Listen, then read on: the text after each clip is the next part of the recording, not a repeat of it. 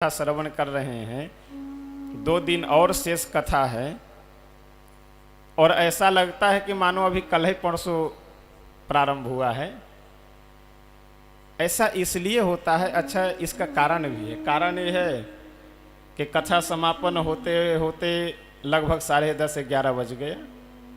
उसके बाद जल्दी जल्दी प्रसाद बंटवावे, फिर आए गए लोगों को देखे, फिर भोजन करे, सब करते धरते 12:30-1 बज गए। और सोए तो सोने से पहले चिंता मन में लग जाती है कि सुबह उठ करके क्या क्या करना है। सुबह जगे, अब तुरंत गाय देखो, भैंस देखो, झाड़ू लगाओ, तुरंत। अब जैसे ये सब थोड़ा बहुत किए वैसे बस पंडित जी पीछे पड़ गए कि जल्दी स्नान करो, पूजा का समय हो रहा है। अब पूजन प्रारंभ हुआ, एक आध कप चाय पिए, चाय पी करके बैठे और जो इधर उधर काम में है, किन्हीं को निमंत्रण देने जाना है, किन्हीं को ये व्यवस्था, किन्हीं को बर्तन माजे, कोई झाड़ू लगावे, यानी सब के काम अलग। एक काम पूरा हुआ नहीं कि दूसरा काम माथे पे चढ़ा रहता है। और ये काम नहीं, ये सेवा है। कहने का तात्पर्य कि ये 7 दिनों तक हम सब लोग बंधे हुए रहते हैं और जो इस यज्ञ में सम्मिलित नहीं है, केवल कथा सुनने आ रहे हैं, उनके मन में भी ये रहता है कि बस कैसे कब 6 बजे के वहाँ पहुँचे, और जैसे 6 बजा वैसे पहुँचे और तुरंत फिर प्रारंभ। यानी मन एकाग्रचित्त हो जाता है, नियम बंध जाता है कि इतने बजे से इतने बजे तक ये करना है, ये करना है, वो करना है, इसलिए समय का पता नहीं चलता है। मानस में गोस्वामी तुलसी बाबा एक पंक्ति लिखते हैं बहुत सुंदर कि करि प्रेम निरंतर नेम लिए, पद पंकज सेवत शुद्ध हिये, सममानि निरादर आदर ही, सब संत सुखी विचरंत मही। जब तक हम आप अपने जीवन में कुछ नियम नहीं लेंगे, तब तक जीवन आनंद और शांति से व्यतीत नहीं हो सकता है। कई बार लोग प्रश्न करते हैं ना कि ये नियम, यानी कि सुबह में ही हम पूजा करें, दोपहर में यदि पूजा करें तो काम नहीं चलेगा। अवश्य चलेगा, लेकिन जब तक आप कुछ नियम नहीं बनाएंगे तब तक जीवन व्यवस्थित हो नहीं सकता है। और जब तक जीवन व्यवस्थित नहीं होगा तब तक मन कहाँ व्यवस्थित हो सकता है। तो इसलिए मन को व्यवस्थित करने के लिए अपने शरीर को, दिनचर्या को व्यवस्थित करना आवश्यक है। और इसको व्यवस्थित करने का मतलब कि कुछ समय अध्यात्म के लिए भी निकालना चाहिए, कुछ समय स्वाध्याय के लिए भी निकालना चाहिए, कुछ समय धर्म के यानी भगवान के लिए आप समझिए कि हम 1 घंटे आधे घंटे निकाल दे रहे हैं। कई बार 7:30 बजे का जो संकीर्तन होता है उसमें भी लोग प्रश्न करते हैं कि क्या 7:30 बजे ही सीताराम किया जाए तो पुण्य मिलेगा और आगे पीछे करे तो नहीं मिले? बिल्कुल मिलेगा। 24 घंटे में चाहे आप जब भी भगवान का नाम जप करे, लाभ मिलेगा, लेकिन कुछ नियम बनाना होगा।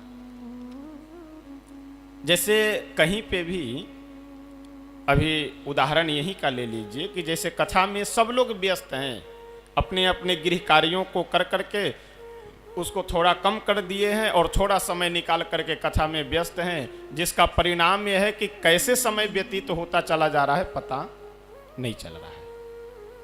तो इसी तरह से हमेशा अपने जीवन को कुछ नियम, कुछ व्यवस्था में अगर बांध कर करके रखेंगे तो बड़े आसानी से जीवन व्यतीत हो जाएगा। फिर ये मनुष्य शरीर आपको बोझ नहीं लगेगा, आपको ऐसा नहीं लगेगा कि प्रभु अब जीवन से उब गए हैं, अब उठा लो हमको। ये नौबत कभी नहीं आएगी उठाने की। आपको तो यह मनुष्य शरीर और अच्छा लगेगा। स्वर्ग नरक मरने के बाद तो प्राप्ति होती ही है स्वर्ग नरक की, लेकिन स्वर्ग नरक ये हमारे आपके इसी जीवन में है और हमारे आपके अंदर में ही है। अगर मन शांत है, शरीर यदि स्वस्थ है तो आप स्वर्ग में रह रहे हैं, और मन यदि अशांत है, शरीर यदि स्वस्थ नहीं है तो आप नरक में रह रहे हैं। अब आपके ऊपर निर्भर है कि आप अपने इस शरीर को, अपनी व्यवस्था को स्वर्ग में रख रहे हैं या नरक में रख रहे हैं, आपके ऊपर निर्भर करता है।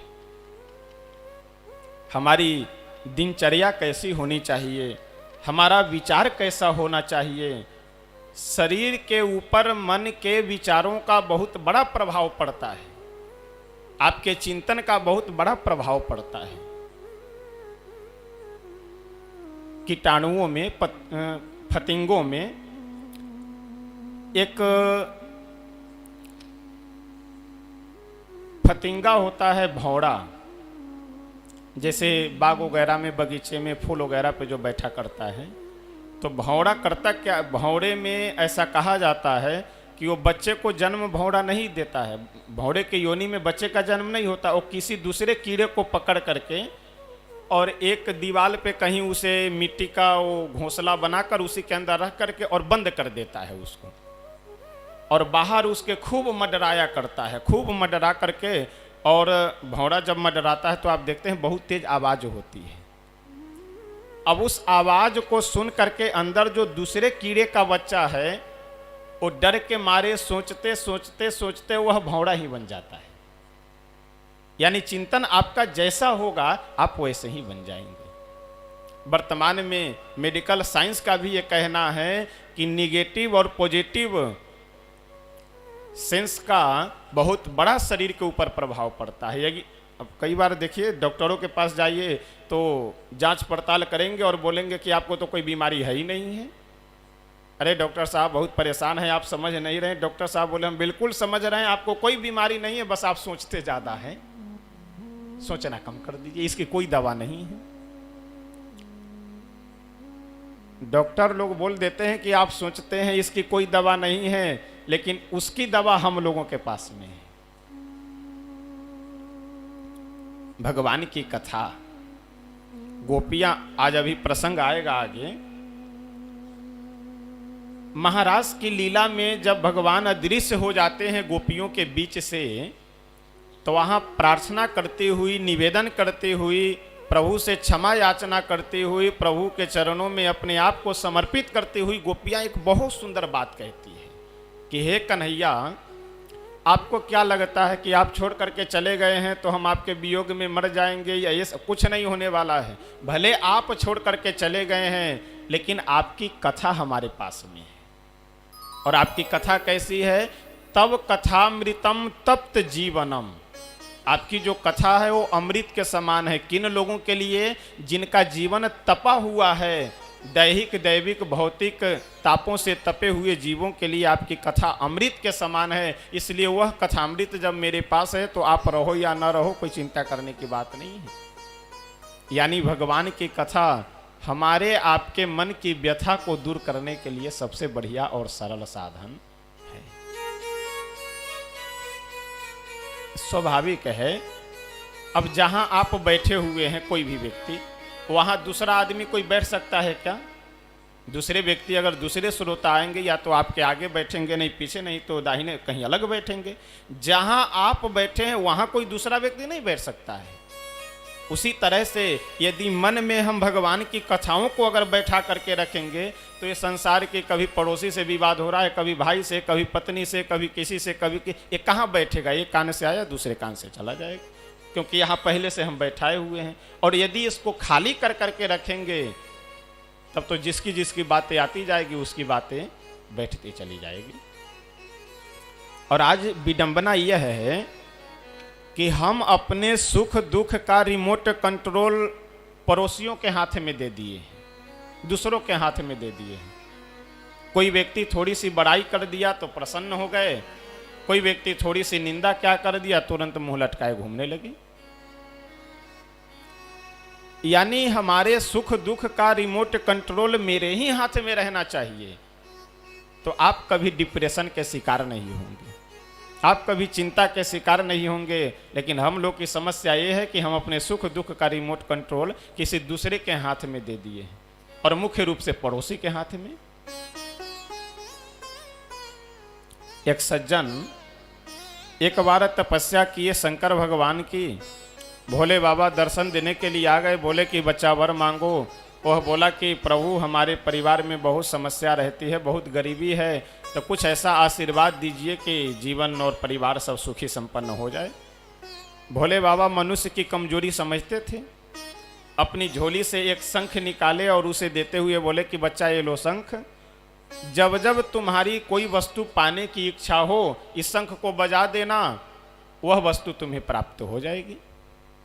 लेकिन एक शर्त है, शर्त यह है कि जब इस शंख को तुम बजाओगे किसी वस्तु की प्राप्ति की इच्छा से, तो तुम्हें एक मिलेगा तो पड़ोसी को दो दो मिलेगा। अब एक तरफ तो बेचारा प्रसन्न भी था कि चलो कम से कम वर मिला, लेकिन दूसरे तरफ उससे कहीं अधिक दुखी था कि बताओ तपस्या हम करें और मौज पड़ोसी उड़ाए, चलो जीवन भर भीख मांगना पड़े लेकिन हम कभी शंख को नहीं बजाएंगे।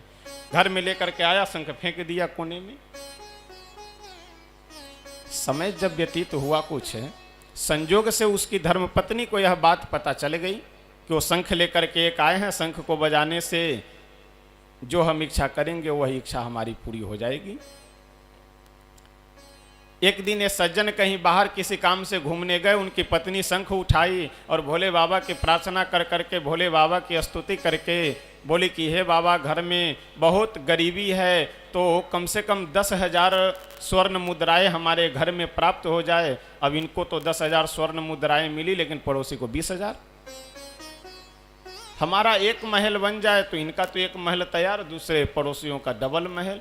अब वह आदमी जब घूमते हुए आया तो देखा कि गांव का पूरा दृश्य बदला हुआ है, मोहल्ले का पूरा दृश्य बदला हुआ है। क्या बात है? तुरंत घर गया और जा करके अपनी पत्नी को बुला करके बोला, जी सुनो, शंख बजाई हो क्या? पत्नी बोली, तो और क्या करे, इतनी घर में गरीबी है, समस्या है, इसलिए मैं बजा दी। वह तुरंत खींच करके, क्रोध, बिल्कुल एकदम क्रोध में भर करके पत्नी से बोला कि कहाँ है शंख, जल्दी लेकर के आओ। अब पत्नी तो प्रसन्न हो गई कि कहीं ये भी बजा करके कुछ मांगेंगे। वह तुरंत अपने हाथ में शंख लिया और बोला कि भोले बाबा, मैं तो बजाना नहीं चाह रहा था, लेकिन अब आप वर दिए हैं तो कुछ मैं वर इसका उपयोग कर ही लेना चाहता हूँ। बस मेरी इच्छा यही है कि हमारे दरवाजे के आगे एक कुआं खोद जाए, हमारे दरवाजे के आगे एक कुआं खोद जाए। अब जैसे घर से निकले तो एक कुआं खोदा हुआ है, तो भाई वरदान है। अब इनके दरवाजे के आगे तो एक कुआं, लेकिन पड़ोसी जी के आगे फिर डबल। दोबारा फिर शंख बजाते हुए बोला कि भोले बाबा, बस एक और वर दीजिए, उसके बाद मैं जीवन में और कुछ नहीं मांगूंगा, मेरा एक आंख फूट जाए। अब इनका तो एक आंख फूटा, लेकिन जो पड़ोसी महाराज लोग थे उनके दोनों गायब। और दरवाजे पे डबल डबल कुआं, न दाहिने निकल सके न बाएं निकल सके, और आंख भी दोनों गायब। आज विडंबना हम लोगों की यही है। हम लोगों को चाहिए यह कि केवल अपने काम पे ध्यान दे, अपने आप को आगे बढ़ाने में लगावे अपने समय को, लेकिन हम लोग दूसरे पे ध्यान ज़्यादा रखते हैं, अपने पे ध्यान कम रखते हैं। अपने आप को आगे बढ़ाने से अधिक अपने समय का उपयोग हम लोग दूसरों को गिराने में करते रहते हैं, तो यह ठीक नहीं है।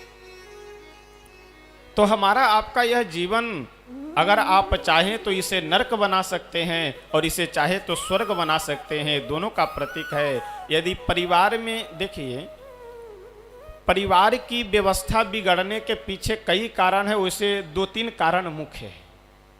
प्रथम कारण तो यह है पारदर्शिता की कमी। 4 भाई है, एक भाई कहीं अधिक कमाने लगा तो वह सोचता है कि लाओ अलग हो जाए तो हम बड़े कुबेर बन जाएंगे, धनवान बन जाएंगे।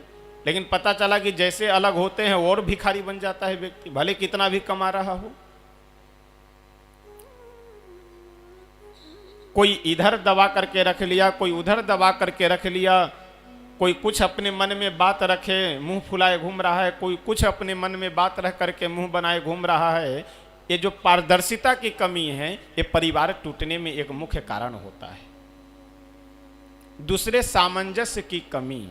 अब कोई व्यक्ति कम काम कर रहा हो, कोई ज्यादा कर रहा हो, ये स्वाभाविक है, अपनी अपनी प्रवृत्ति है, अपनी अपनी क्षमता है। लेकिन जो थोड़ा ज्यादा काम करने लगता है, उसे लगता है कि ये सब हमारे माथे पे बोझ हैं, लेकिन ऐसा नहीं है। परिवार यदि जुड़ा हुआ है, मिला हुआ है, तो एक व्यक्ति भी यदि प्रभावशाली है, पुण्यवान है, उसी के पुण्य के बल पे परिवार के अन्य जितने भी लोग हैं उन सब को सुख मिलता रहता है, उन सबको आनंद मिला करता है। अब जैसे मैं आपको उदाहरण एक बताऊं कि किसी बच्चे का जन्म हुआ, यदि उसका प्रारब्ध बढ़िया है, उसे सुख भोगना लिखा हुआ है बचपन से ही, तो वो कौन सा सुख प्राप्त करेगा? यदि उसके माता पिता के पास पैसे न हो, धन न हो, तो उसे क्या सुख मिलेगा? तो सुख लिखा हुआ है बच्चे को सुख मिलना चाहिए, लेकिन बच्चे के साथ साथ माता पिता को भी धन की प्राप्ति होती है, सुख की प्राप्ति होती है, क्योंकि माता पिता सुखी होंगे तो बच्चे को भी सुख मिलेगा। तो अब वहां माता पिता का प्रारब्ध भले कमजोर हो, लेकिन अगर बच्चा प्रभावशाली है तो कई बार आप सब देखते होंगे कि जन्म होते ही घर में विकास होने लगता है।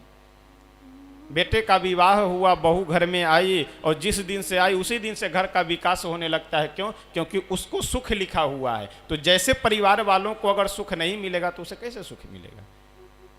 तो इसलिए अपने मन में कभी यह भ्रम नहीं पालना चाहिए कि हम परिवार को लेकर के चल रहे हैं या हम कमा करके खिला रहे हैं। सबके अपने अपने प्रारब्ध है, सब अपने अपने प्रारब्ध से अपनी आजीविका चला रहा है। भगवान आपको एक विशेष यह सुअवसर प्रदान किए हैं सेवा करने का, कि परिवार का मुखिया बन करके आप परिवार का भरण पोषण करो, चलाओ। बाकी सब अपने प्रारब्ध से इस संसार में जी रहा है। ये हम लोग भ्रम पाल लेते हैं कि हम या कर रहे हैं, वो कर रहे हैं। अगर एक दृष्टि से देखा जाए तो 50% टेंशन और समस्या हम लोग फालतू लादे रहते हैं। यहाँ जो कुछ भी हमें आपको मिल रहा है, इसके पीछे भगवान की कृपा है। यदि हम किसी की सेवा कर रहे हैं तो इसके पीछे उसका प्रारब्ध है, और हमारे ऊपर भगवान की विशेष कृपा है कि सेवा करने का सुअवसर मिल रहा है। लेकिन हम यह मान लेते हैं कि हम कर रहे हैं। अच्छा, कई बार परिवार में जो गार्जियन होते हैं वो बोलते भी हैं, जिस दिन हमारा शरीर नहीं रहेगा उस दिन घर के सब लोग भीख मांगोगे। जब क्रोध में कभी आएंगे तो बोल देते कि भीख मांगते को, ऐसा नहीं है। और सब आनंदित हो जाएंगे अगर आप नहीं रहेंगे तो, यदि उनका प्रारब्ध बढ़िया है, अगर सुख लिखा हुआ है तो।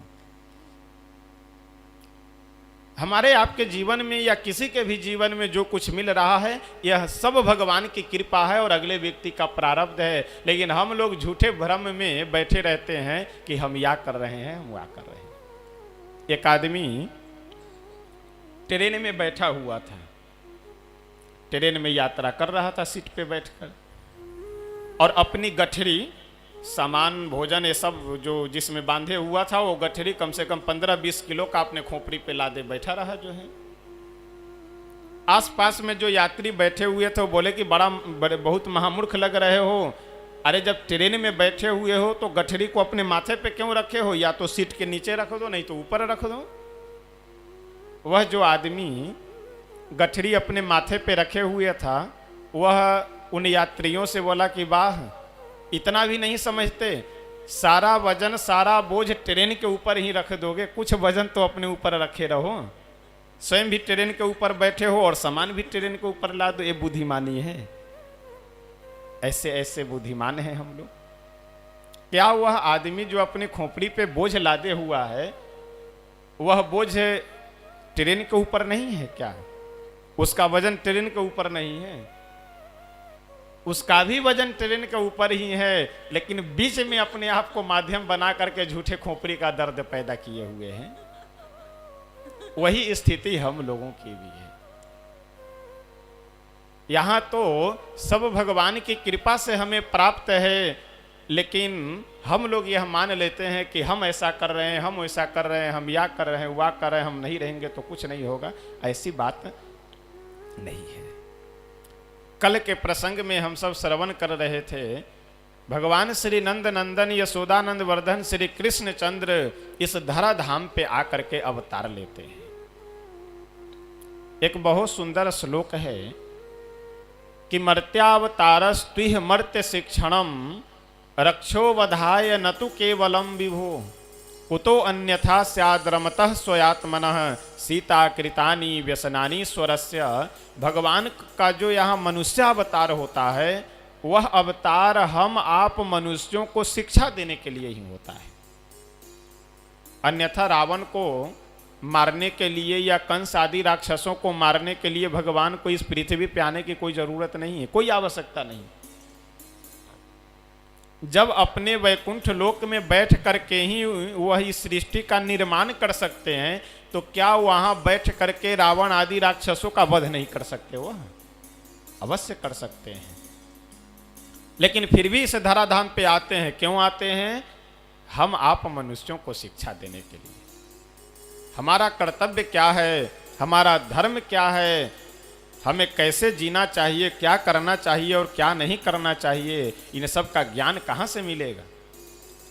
भगवत गीता में भगवान श्री कृष्ण कहते हैं कि अर्जुन, यदि हम इस संसार में आकर के कर्म न करें तो मेरे ऊपर कर्म का कोई बंधन नहीं है कि हम कर्म करें ही संसार में आकर के।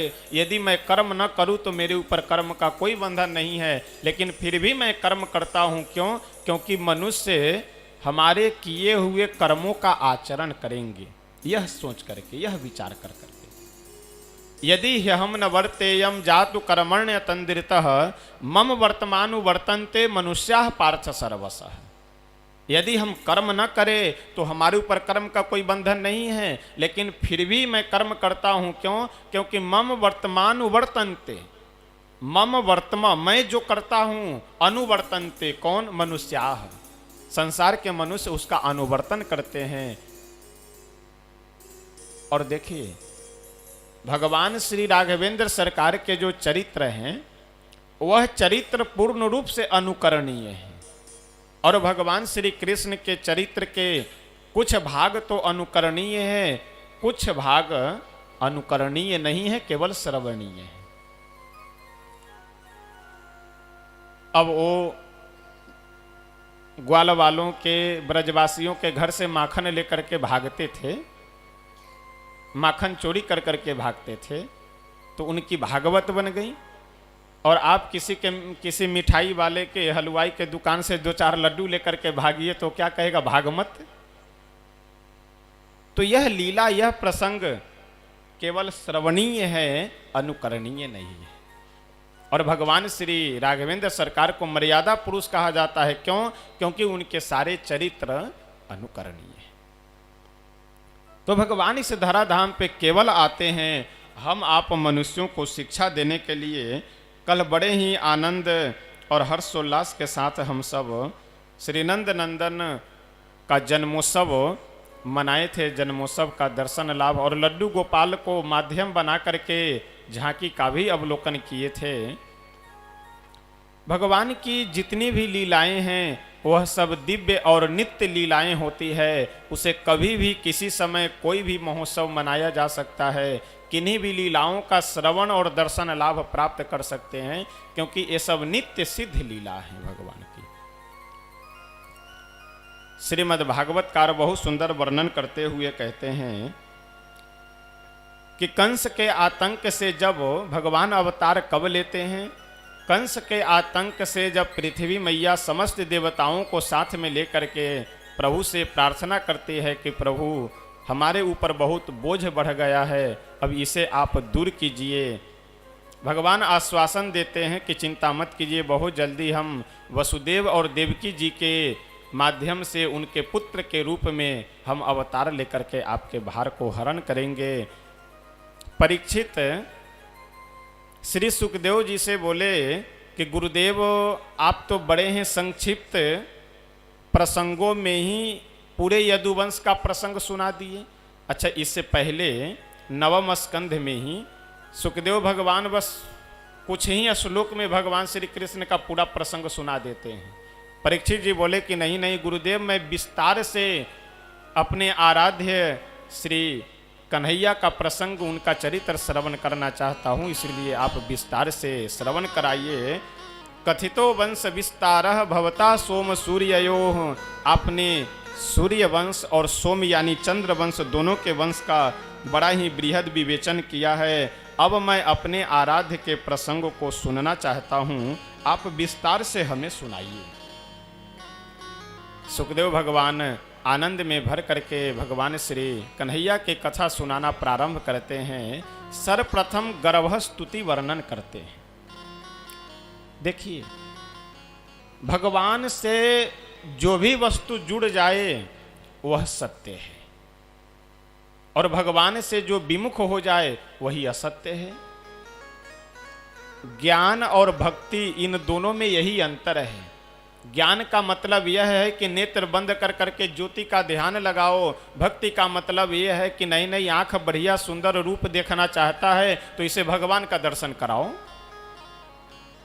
कान बढ़िया संगीत सुनना चाहता है, बढ़िया इसे स्वर संगीत अच्छा लगता है तो कोई बात नहीं, भगवान का भजन संकीर्तन इसे श्रवण कराओ। अगर भगवान से जुड़ी हुई कोई भी हमारी क्रिया है, कोई भी हमारा कार्य है, वही भक्ति है। भक्ति कुछ अलग नहीं है। भगवान का नाम संकीर्तन करना, भगवान की सेवा करना, भगवान के तीर्थ में वास करना, यही भक्ति है। रामस्य नाम रूपम च लीला धाम परात्परम एतत् चतुष्टयम नित्यम सच्चिदानंद विग्रहम। भगवान के जो नाम रूप लीला धाम, ये चारों भक्ति के साधन हैं, चारों भगवान को प्राप्त कराने वाले हैं। इसलिए इन चारों में से कोई भी, यानी धाम में निवास, भगवान का नाम संकीर्तन, भगवान की लीला का श्रवण करना और भगवान के श्री विग्रह का दर्शन लाभ प्राप्त करना।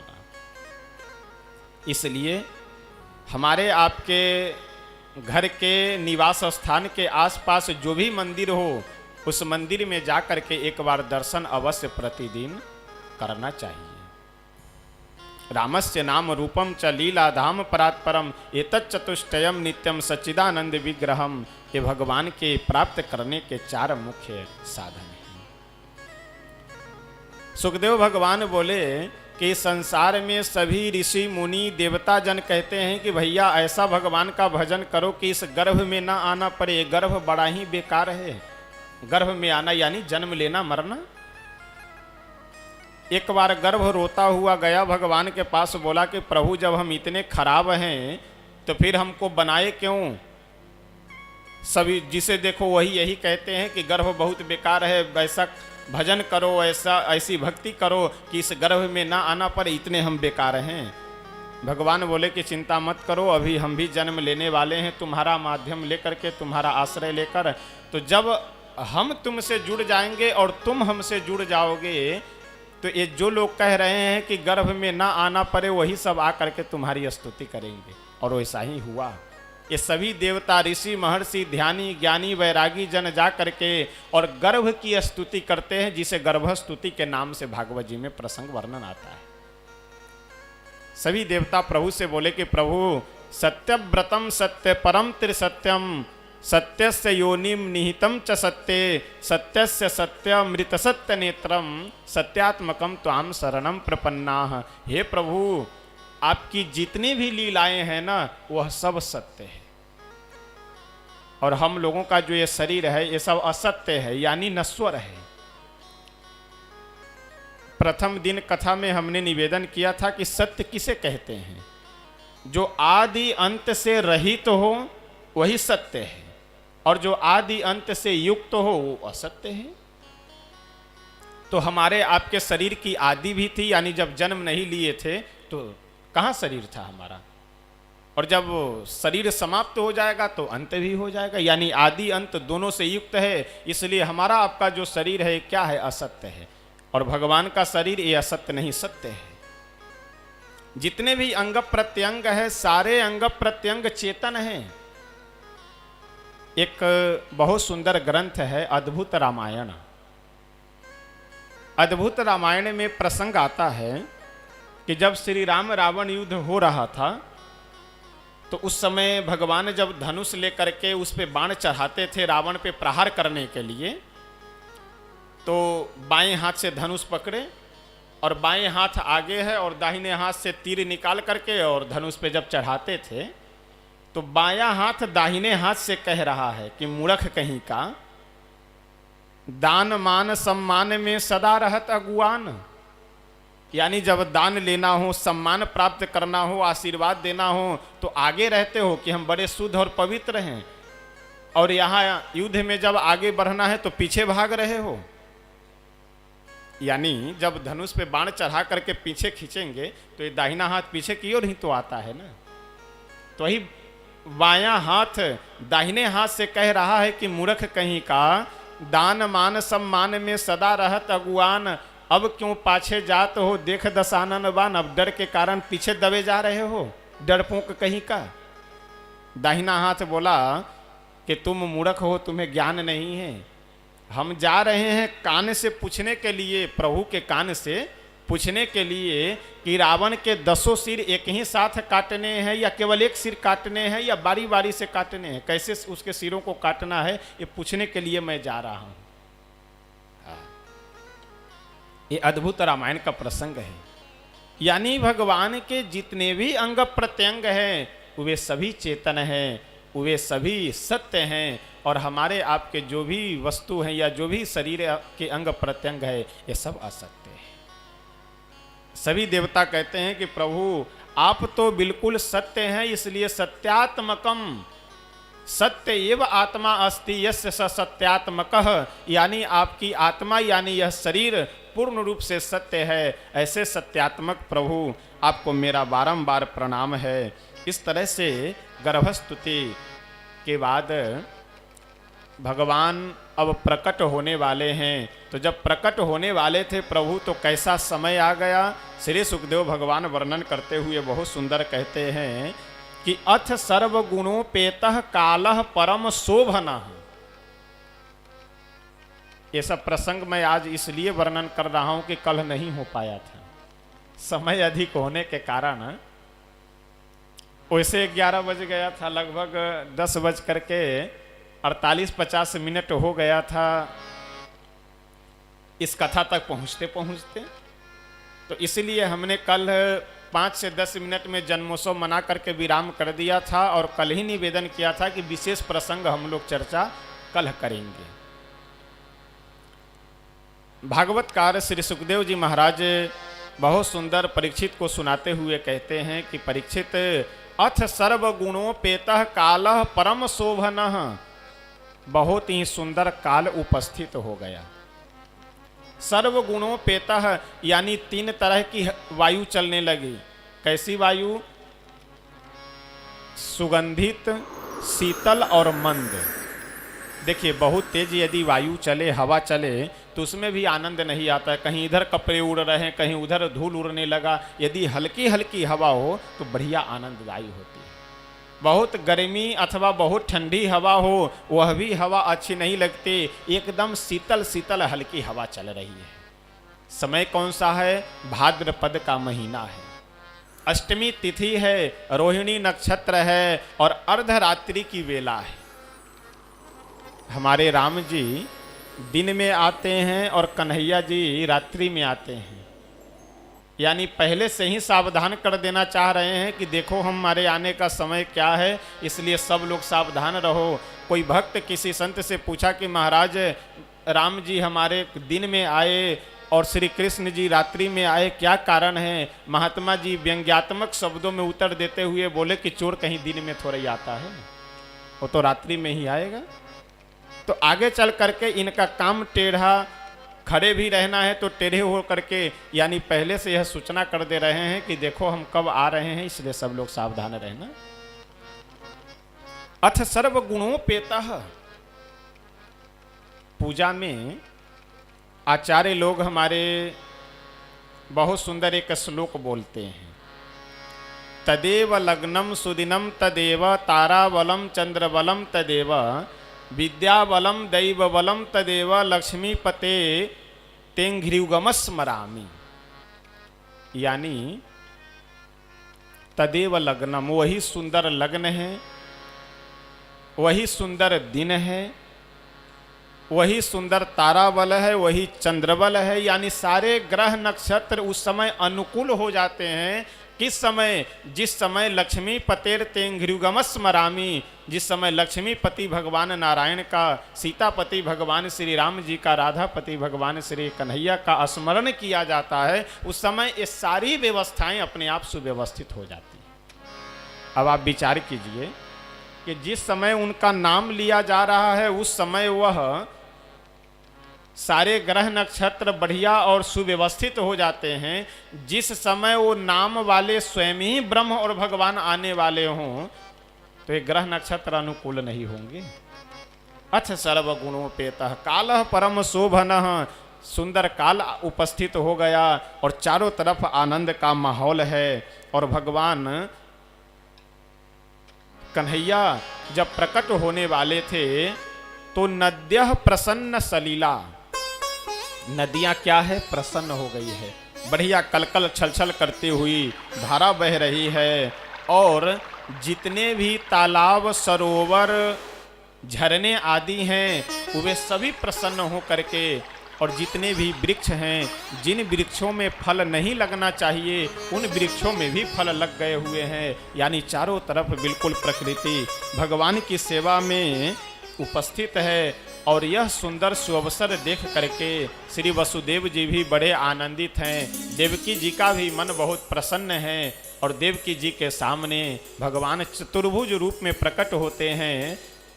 श्री सुखदेव जी महाराज कहते हैं कि तमद्भुतम बालकमंबुजेक्षणम चतुर्भुजम, चार भुजों में, कौन से रूप, विष्णु के रूप में यहाँ प्रकट हुए। ऐसे अद्भुत बालक को देख करके श्री सुखदेव भगवान कहते हैं कि तमद्भुतम बालकमंबुजेक्षणम चतुर्भुजम शंख गदा युदार युधम, यानी शंख चक्र गदा पद्म, पद्म कहते हैं कमल को, एक हाथ में गदा धारण किए हैं, एक हाथ में पद्म यानी कमल धारण किए हैं, एक हाथ में चक्र धारण किए हैं, एक हाथ में शंख है। और ऐसे चतुर्भुज रूप में प्रभु प्रकट हुए। देवकी मैया से बोले कि देखो मैया, मैं तुम्हारा पुत्र बन करके आ गया। देवकी जी उदास होकर के बैठी, बोले कि प्रभु आप पुत्र बन करके कहाँ आए हैं, आप तो भगवान बन करके आए हैं।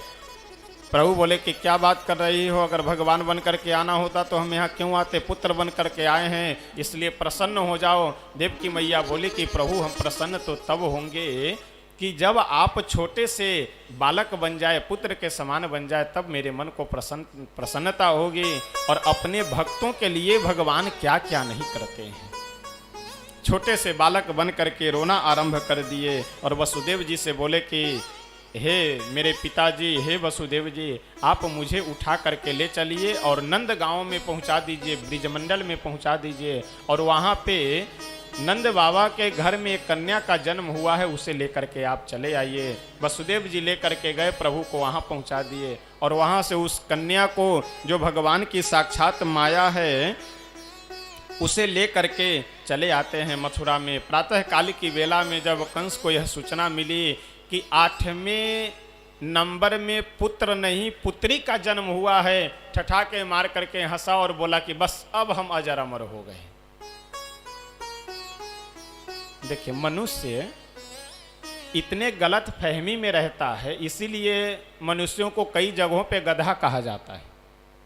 जानते हैं, गधे की 108 गलत फहमी होती है, गलत धारणा। एक गधा एक धोबी के यहाँ पे रह रहा था, और धोबी बहुत ही निर्दयी आदमी था। वो खाने पीने को ठीक से दे नहीं, काम खूब करावे, दुबला पतला हो गया था वह गधा। सामान लाद करके एक दिन नदी के किनारे लेकर गया, वह धोबी कपड़े साफ करने लगा, और वह गधा चला गया जंगल में कुछ घास वगैरह आगे चरने के लिए। तो एक जंगली गधे से भेंट हो गई उसकी। वो जंगली गधा उस धोबी के गधे से बोला कि क्यों भाई, तुम बहुत दुबले पतले लग रहे हो, क्या खाने पीने को ठीक से नहीं मिलता है? धोबी का गधा बोला कि सही कह रहे हो, खाने पीने को मेरा मालिक देता नहीं, बहुत निर्दयी है, काम खूब करवाता है और खाने को देता नहीं, इसीलिए दुबले पतले हो गए हैं। जंगली गधा बोला तो तुम मूर्ख आदमी हो,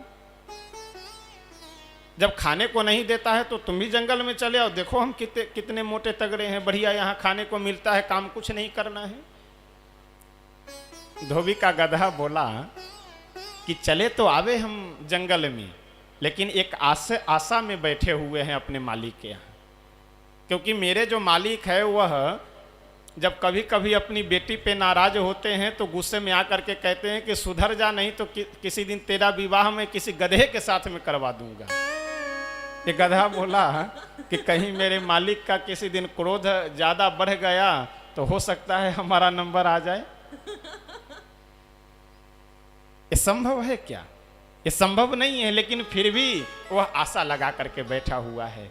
हमारे आपके जीवन में भी बहुत से ऐसी आशाएं हैं, बहुत से ऐसे भरोसा है कि जो संभव नहीं है, लेकिन फिर भी हम लगा करके बैठे हुए हैं।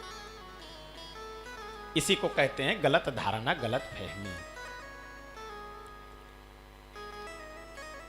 कंस क्या अपने मन में विचार किया कि ओ हो, बस जो आकाशवाणी अभी तक हुई थी वो तो झूठी हो गई, अब तो हम अजर अमर हो गए, अब मेरी मृत्यु नहीं होगी। क्यों? क्योंकि 8वें नंबर पे देवकी के गर्भ से पुत्र नहीं पुत्री का जन्म हुआ है। लेकिन मनुष्य चाहे जितनी बुद्धि का प्रयोग कर ले, अच्छा हम लोग एक कीर्तन करते हैं, उस कीर्तन में भगवान के बड़े ही एक सुंदर नाम का उच्चारण किया जाता है, नटवर नागर नंदा भजोरे मन गोविंदा। बहुत पुराना और प्राचीन भजन है यह। भगवान को क्या कहा जाता है? नटवर। अच्छा, गांव में कोई बहुत 420 आदमी हो, बहुत चतुर आदमी हो, लड़ाने भिड़ाने बजाने वाला, तो लोग कहते हैं ना कि भैया उनसे सावधान रहना, बहुत नटवर लाल है वह, बहुत बड़ा नटवर लाल है, कहते कि नहीं? यानी कोई व्यक्ति बहुत चतुर और 420 टाइप का हो उसको कहते हैं नटवर। लेकिन हमारे यहाँ पे शास्त्रों में चाहे जगह जगह पहले से ही भगवान को नटवर कहा जा रहा है। यानी आप थोड़ी बहुत भी अगर उनसे चालाकी कर रहे हैं ना, तो समझिए कि चालाकों के सरदार है वह। आपसे बहुत बड़े वह नटवर हैं, अगर उनके साथ में नटवर लाल वाला काम कर रहे हैं तो सब जगह करे तो करे, लेकिन वहां तो अवश्य बच करके हम लोगों को रहना चाहिए। भगवान से कोई चालाकी नहीं, जिस स्थिति में है जैसे हैं उसी स्थिति में वैसे ही प्रभु के शरण में जाना चाहिए, कोई चालाकी नहीं।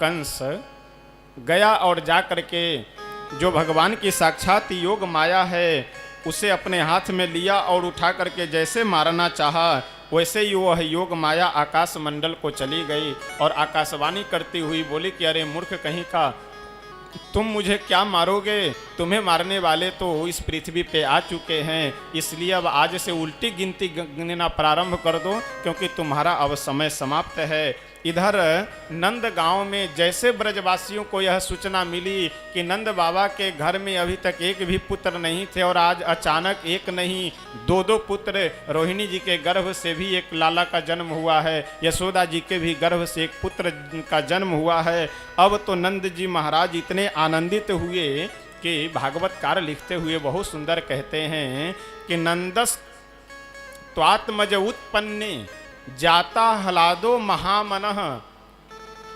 आहूय विप्रान वेद ज्ञान स्नातः सुचिर अलंकृतः।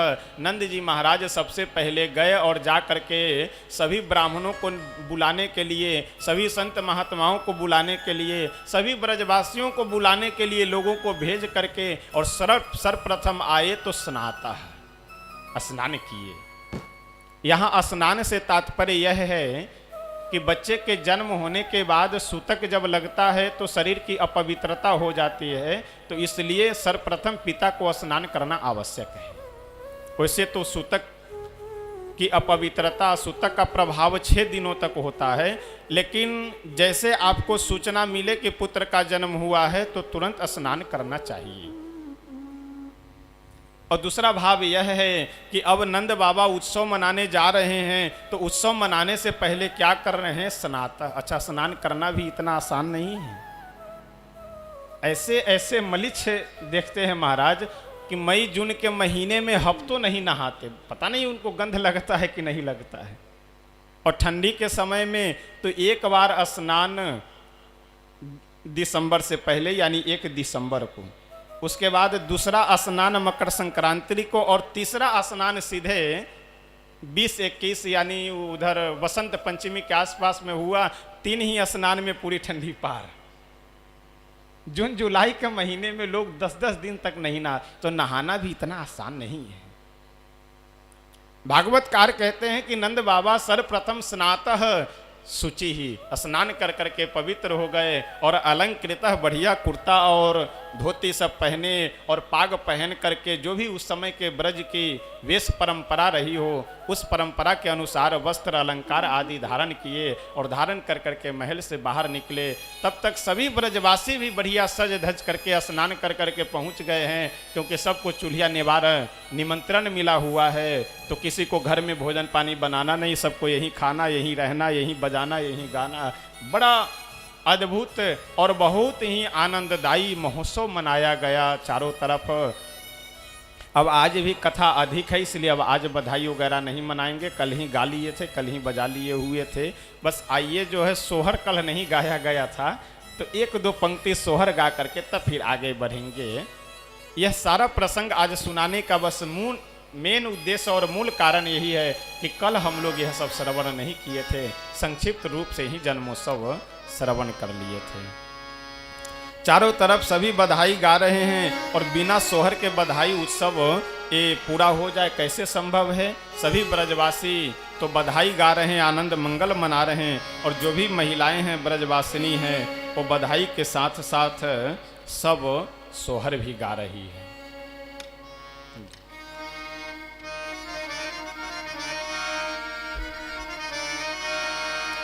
नंद भवन भैले सोर, जन्म लिहले लालन हो।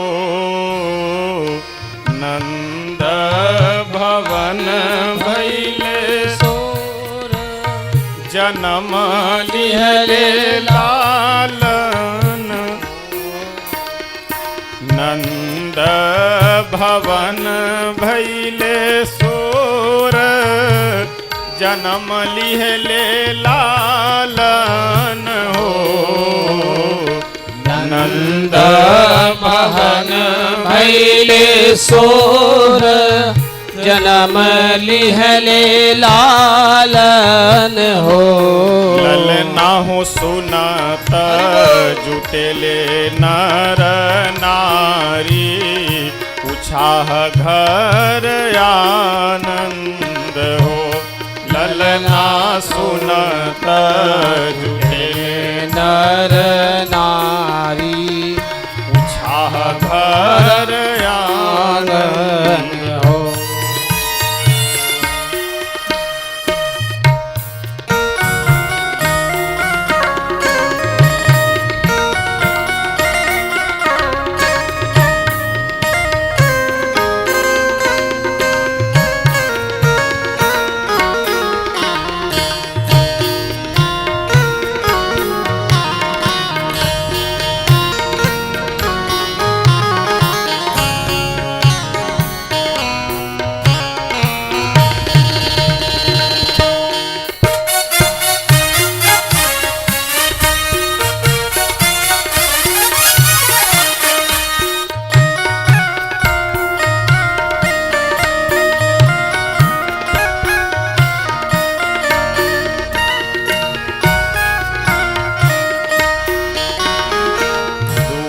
रात बाजेला बजनवा, महल बीच सोहर हो।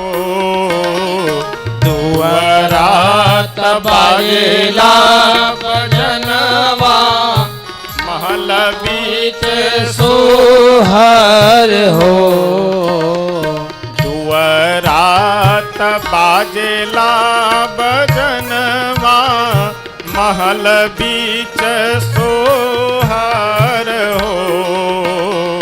दुअरात बाजेला बजनवा, महल बीच सोहर हो। ललना हो खुशिया कहल नहीं जाए, हर्षित नर नारी हो। ललना खुशिया कहल नहीं जाई, हर्षित नर नारी हो।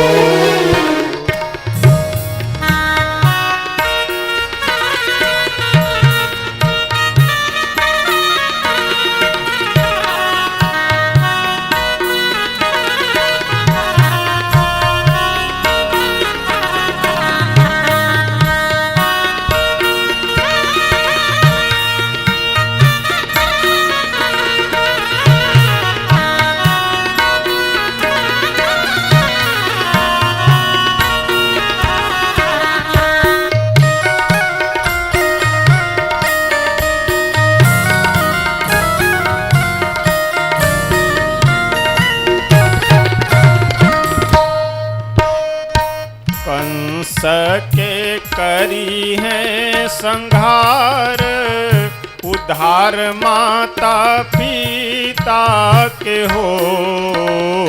कंस के करी है संहार, उद्धार माता पिता के हो।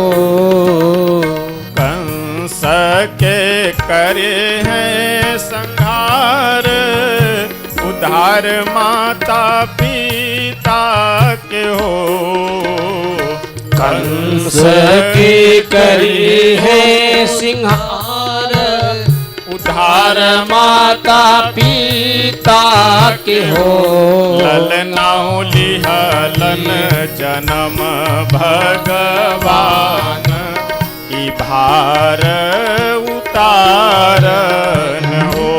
ललना लिहलन जन्म भगवान, ई भार उतारन हो।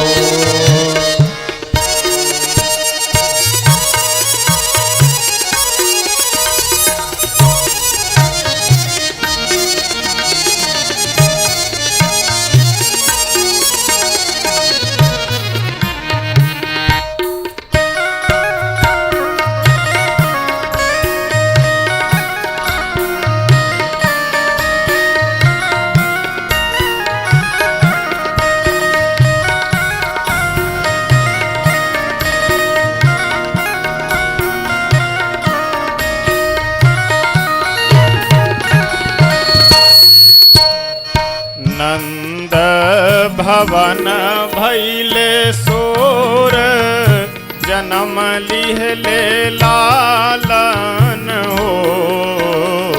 नंद भवन भैले सोहर, जन्म लिहले लालन हो।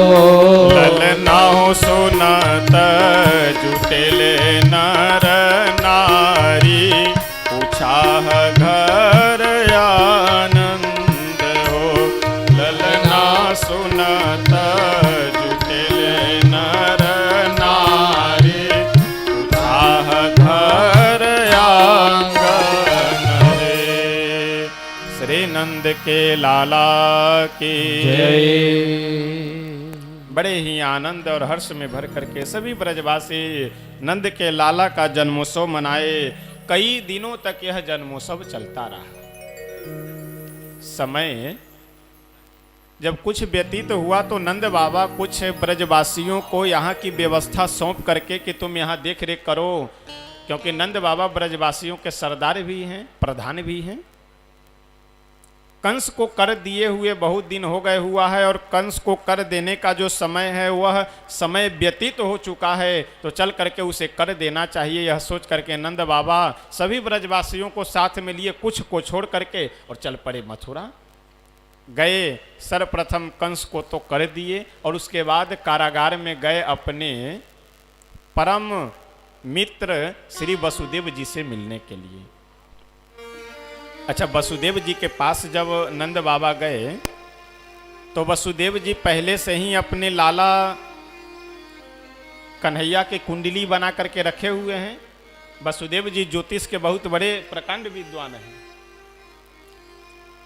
नंद बाबा जब गए वसुदेव जी से मिलने के लिए तो वसुदेव जी बहुत ही सांत्वना देते हैं कि बताइए आपके। अच्छा, वसुदेव अभी नंद बाबा को ये ज्ञान नहीं है कि हमारे जो पुत्र हैं घर में वो इन्हीं के पुत्र हैं, लेकिन वसुदेव जी को तो ये ज्ञान है कि इनके यहाँ मेरा ही पुत्र है।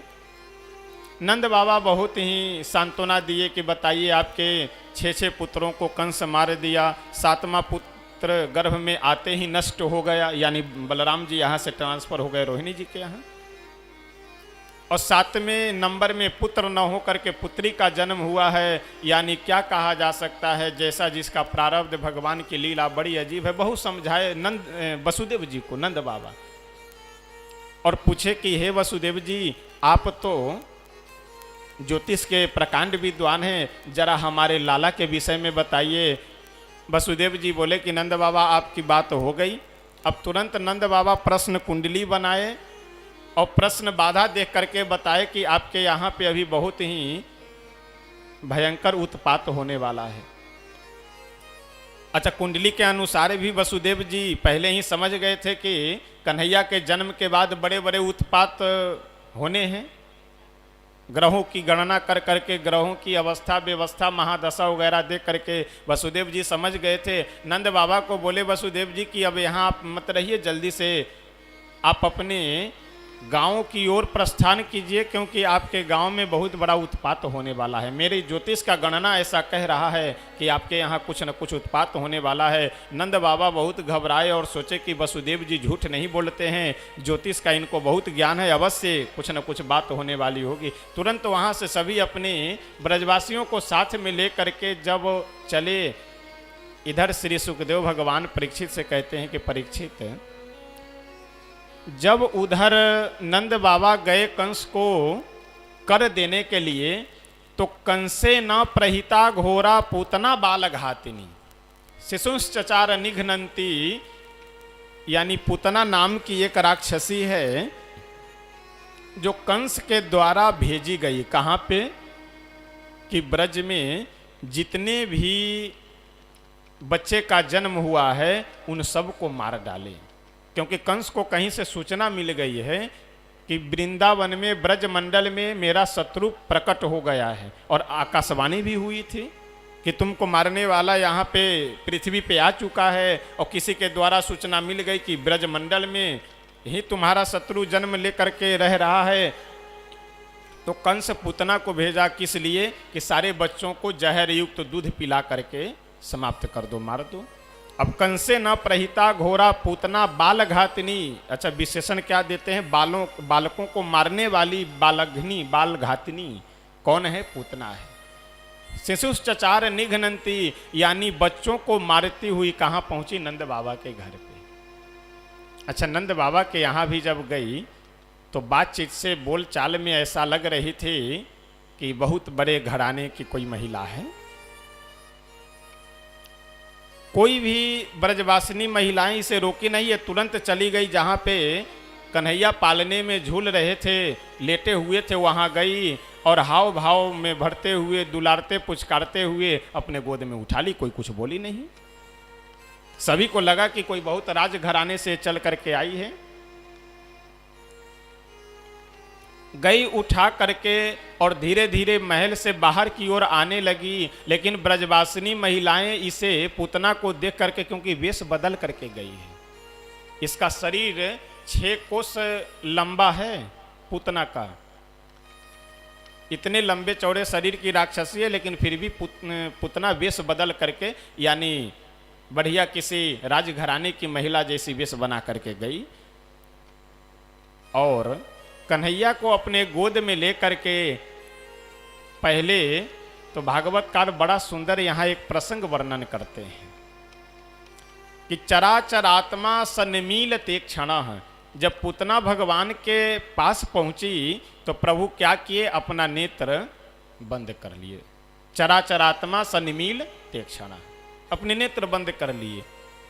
यहाँ कई भाव है। कुछ संतों का, कुछ विद्वानों का यह कहना है कि भगवान मानो इसलिए नेत्र बंद कर लिए कि जो पूतना का शरीर विकराल है, राक्षसी का है, और वह माया के द्वारा वेश बदल करके आई है, तो जैसे मेरी दृष्टि इसके ऊपर पड़ेगी वैसे इसकी माया समाप्त हो जाएगी, राक्षसी वेश में आ जाएगी, तो सभी ब्रजवासिनी जो महिलाएं हैं सब डर जाएगी, घबरा जाएगी, इसलिए नेत्र बंद कर लिए।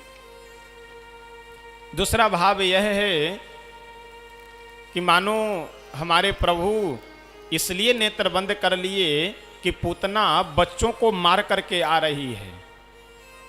अभी ब्रज मंडल में बहुत से बच्चों को जहर युक्त दूध पिला करके मार करके आ रही है। मानो भगवान नेत्र बंद कर लिए कि जो हमारे भक्तों के अपराधी या अपराधिनी हो उसका हम शकल भी नहीं देखते हैं, चेहरा भी नहीं देखते हैं।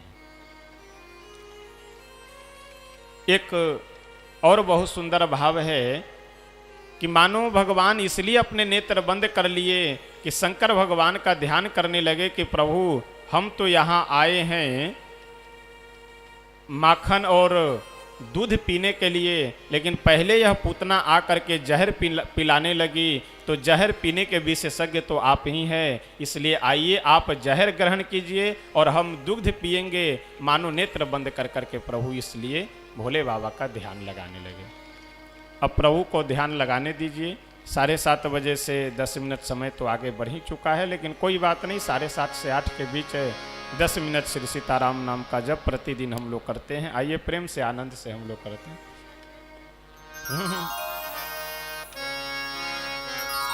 सीताराम सीताराम सीताराम जय सीताराम सीताराम सीताराम सीताराम जय सीताराम सीताराम सीताराम सीताराम जय सीताराम सीताराम सीताराम सीताराम जय सीताराम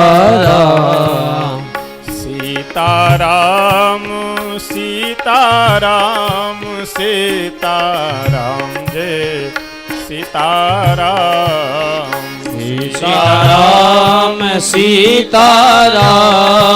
सीताराम जय सीताराम सीताराम सीताराम सीताराम जय सीताराम सीताराम सीताराम सीताराम जय सीताराम सीताराम सीताराम सीताराम जय सीताराम सीताराम सीताराम सीताराम जय सीताराम सीताराम सीताराम सीताराम जय सीताराम सीताराम सीताराम सीताराम जय सीताराम सीताराम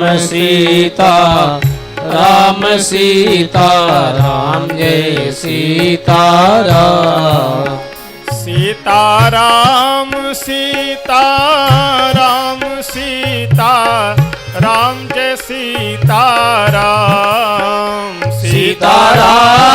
सीताराम सीताराम जय सीताराम सीताराम सीताराम सीताराम जय सीताराम सीताराम सीताराम सीताराम जय सीताराम सीताराम जय सीताराम सीताराम जय सीताराम सीताराम जय सीताराम सीताराम जय सीताराम सीताराम सीताराम सीताराम जय सीताराम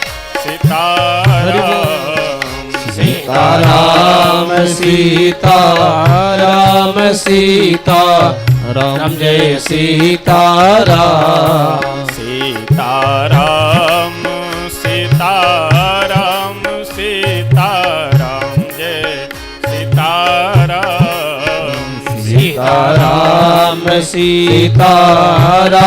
सीताराम सीताराम जय सीताराम सीताराम सीताराम सीताराम जय सीताराम सीताराम सीताराम सीताराम जय सीताराम सीताराम सीताराम सीताराम जय सीताराम सीताराम सीताराम सीताराम जय सीताराम सीताराम सीताराम सीताराम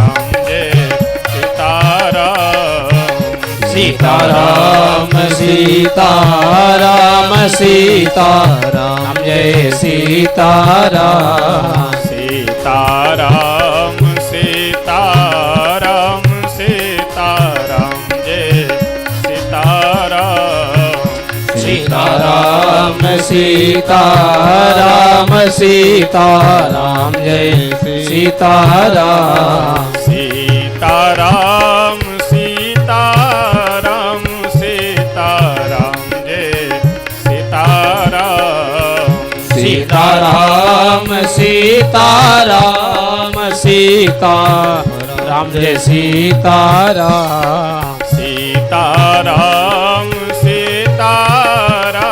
सीताराम सीताराम सीताराम जय सीताराम सीताराम सीताराम सीताराम जय सीताराम सीताराम सीताराम सीताराम जय सीताराम सीताराम सीताराम जय सीताराम सीताराम सीताराम सीताराम जय सीताराम सीताराम सीताराम सीताराम जय सीताराम सीताराम सीताराम सीताराम जय सीताराम सीताराम सीताराम सीताराम जय सीताराम सीताराम सीताराम सीताराम जय सीताराम सीताराम सीताराम सीताराम जय सीताराम सीताराम जय हो राम सीताराम जय सीताराम सीताराम सीताराम सीताराम जय सीताराम सीताराम सीताराम सीताराम जय सीताराम सीताराम सीताराम सीताराम जय सीताराम सीताराम सीताराम सीताराम जय सीताराम सीताराम सीताराम सीताराम जय सीताराम सीताराम सीताराम सीताराम जय सीताराम सीताराम सीताराम सीताराम जय सीताराम सीताराम सीताराम सीताराम जय सीताराम सीताराम सीताराम सीताराम जय सीताराम सीताराम सीताराम सीताराम जय सीताराम सीताराम सीताराम सीताराम जय सीताराम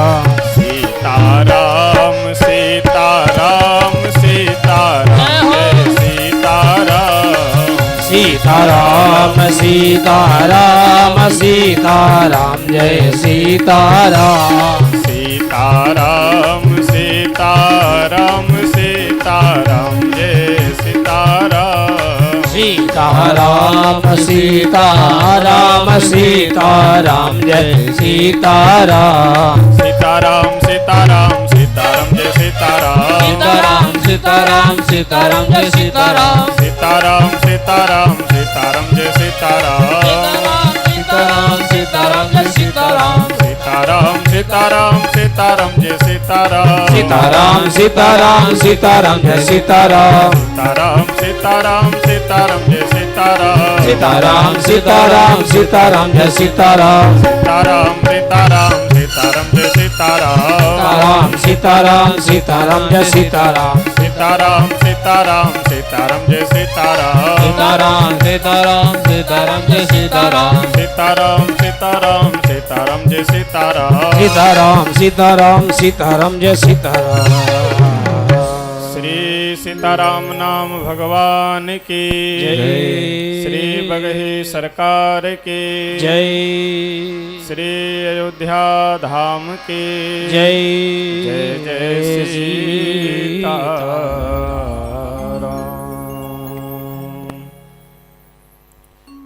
सब बहुत से भक्त लोग इस संदेश का पालन करते भी हैं, और जो नहीं करते हैं उन्हें भी प्रयास यह करना चाहिए कि 10 मिनट श्री सीताराम नाम का अथवा ईश्वर के जिस नाम में श्रद्धा हो उस नाम का 10 मिनट अवश्य जप करें। कम से कम इसी बहाने तो हम 10 मिनट 24 घंटे में प्रतिदिन निकालेंगे, बाकी तो व्यतीत एक एक दिन कर करके 24 घंटे नित्य होता ही जा रहा है। तो 23 घंटे 50 मिनट चाहे भले ही हम अपने गृह कार्यों में, अपने जीवन के कार्यों में लगावे, लेकिन 10 मिनट भगवान के लिए ही सही। वैसे कल्याण तो अपना होना है, लाभ तो अपने को होना है, लेकिन फिर भी भगवान के ही नाम से 10 मिनट समय अवश्य हम लोगों को निकालना चाहिए।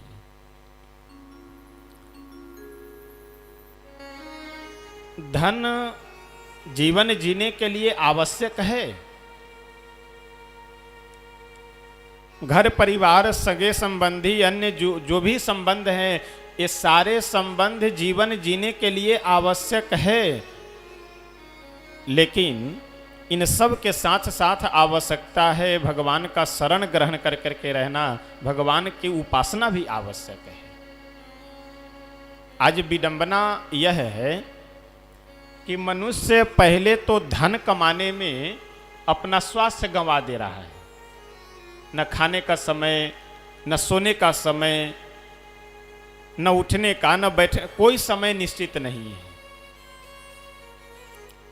सुबह में तुरंत चाय पी करके भगे, फिर दोपहर में आए तो जो है भोजन किए, फिर भगे, न स्नान कर पा रहे हैं, न ठीक से आराम कर पा रहे हैं, न भोजन। यानी पैसा कमाने के चक्कर में पहले व्यक्ति बीमार हो जाता है। शुगर हो गया, डायबिटीज है, किडनी में इन्फेक्शन हो गया, समस्याएं होने लगी। यानी पैसा कमाने में पहले मनुष्य स्वास्थ्य गंवा देता है, और फिर स्वास्थ्य सही करने में पैसा गंवा दिया। अंत में जैसे आए थे वैसे जीरो बैलेंस हो गए। तो इसलिए पैसे के साथ साथ, संबंध के साथ साथ स्वास्थ्य का भी ध्यान रखना चाहिए। और स्वास्थ्य का ध्यान रखने के लिए 2 आहार और विहार। आहार यानी भोजन की शुद्धि, विहार यानी आचरण संस्कार रहने की शुद्धि, ये सब अवश्य होना चाहिए।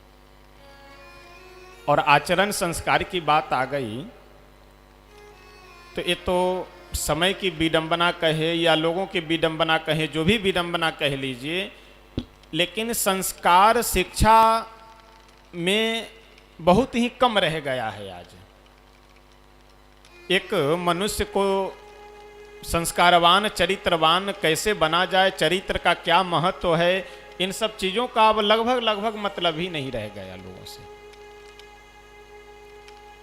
ब्रह्मचर्य जीवन में वैसे प्रत्येक मनुष्य को ब्रह्मचर्य की रक्षा करनी चाहिए। आज बुद्धि कमजोर होने की, यानी बुद्धि कमजोर होने के पीछे, शरीर कमजोर होने के पीछे, आयु कम होने के पीछे सबसे बड़ा कारण है ब्रह्मचर्य। बचपन से ही अश्लील वीडियो वगैरह देख करके, बचपन से ही कुसंगति के कारण चरित्र जो चला जा रहा है व्यक्ति का, ये सबसे बड़ा कारण है आज मनुष्य को पतन होने का। वो चाहे पुरुष हो, महिला हो, कोई भी हो, प्रत्येक व्यक्ति के लिए ब्रह्मचर्य चरित्र बहुत बड़ा आवश्यक है। इसीलिए कल हमने एक पंक्ति आप लोगों को सुनाया था कि करेक्टर इज लास्ट तो एवरीथिंग लास्ट। करेक्टर चला गया, चरित्र चला गया, तो फिर आपके पास कुछ नहीं बचा, सब कुछ चला गया। और आज वही चला जा रहा है, बाकी सब कुछ बचा हुआ है, वही चला जा रहा है। और इसके पीछे जिम्मेदार केवल आज की शिक्षा व्यवस्था या ये सब नहीं है, इसके पीछे जिम्मेदार माता पिता भी हैं। तमाम लोगों को मैं देखता हूं कि अगर उनसे आप कहिए कि चलिए कथा सुनने के लिए, अरे बहुत होता रहा, ये सब कमाने खाने का लोगों का धंधा है, कोई मतलब नहीं। कभी भी परित्याग उसे किया जाता है जिसे आप जानते हो। गोस्वामी तुलसी बाबा मानस में लिखते हैं कि संग्रह त्याग न बिनु पहचाने। न आप किसी को संग्रह कर सकते हैं, किसी को अपना सकते हैं बिना पहचाने, और ना ही बिना पहचाने परित्याग करना चाहिए। लेकिन आज समस्या यह है कि हम आपको नहीं जान रहे तो आप गलत हैं। यह विडंबना है सबसे बड़ी बात। तो पहले जानना चाहिए। आप सीधे कह दे रहे अरे कथा होती रहती है, सब वैसे कमाने खाने का कथा के विषय में आप जानते हैं। और आश्चर्य की बात यह है कि रामचरितमानस के ऊपर अंगुली उठाते हुए वो लोग मिलेंगे कि जो अपने जीवन में कभी रामचरितमानस छुए नहीं होंगे। श्रीमद् भागवत महापुराण पे अंगुली उठाते हुए वो लोग मिलेंगे जो 7 पीढ़ी पहले से आज तक उनके खानदान में कोई भागवत पढ़े होगा नहीं होगा। वह व्यक्ति आपको श्रीमद् भागवत जी पे कमेंट करता हुआ मिलेगा। यह स्थिति है। तो ऐसा नहीं करना चाहिए। पहले आप जानिए, समझिए, उसके बाद फिर आप कमेंट करें तो थोड़ा अच्छा लगता है। शायद हमने प्रथम दिवस की कथा में निवेदन किया था कि मनुष्य को विरोध करने के पीछे भी ठोस कारण होना चाहिए। अगर हम आपका विरोध कर रहे हैं, आपको नहीं मानते हैं, तो इसके पीछे भी मजबूत कारण होना चाहिए। और किसी से हम प्रेम कर रहे हैं तो उसके पीछे भी मजबूत कारण होना चाहिए, ठोस कारण होना चाहिए। एक बहुत सुंदर पंक्ति कहीं पे लिखा हुआ था एक बार कि पहले लोग कहते हैं ना कि प्रेम अंधा होता है, तो प्रेम अंधा पहले होता था, लेकिन अब आजकल प्रेम भी वो इलाज करवा करके अपना आंख सही करवा लिया। अब प्रेम वही होता है जहां बंगला हो, गाड़ी हो, बैलेंस, बैंक बैलेंस हो, पैसा हो। तो अब प्रेम रुपया, पैसा और बैंक बैलेंस देख करके आता है। वो प्रेम अंधा नहीं रह गया। इसलिए प्रेम करने के पीछे भी मजबूत कारण होना चाहिए। और किसी का हम विरोध कर रहे हैं तो उसके पीछे भी मजबूत कारण होना चाहिए। रावण भगवान से विरोध कर रहा है, उसके पीछे मजबूत कारण है। कारण क्या है कि हो यही भजन न तामस देहा, मन क्रम वचन मंत्र दृढ़ यह। मन, वचन, कर्म तीनों से यह दृढ़ निश्चय कर करके कि मैं विरोध ही करूंगा, कभी प्रेम करने वाला नहीं हूं। उसके बाद पत्नी समझा करके हार गई, मामा जी समझा करके हार गए, नाना जी समझा के हार गए, पूरा खानदान समझा करके हार गया। यहाँ तक कि अपने भाई को भी लात मार करके निकाल दिया, लेकिन वहाँ से डिगा नहीं।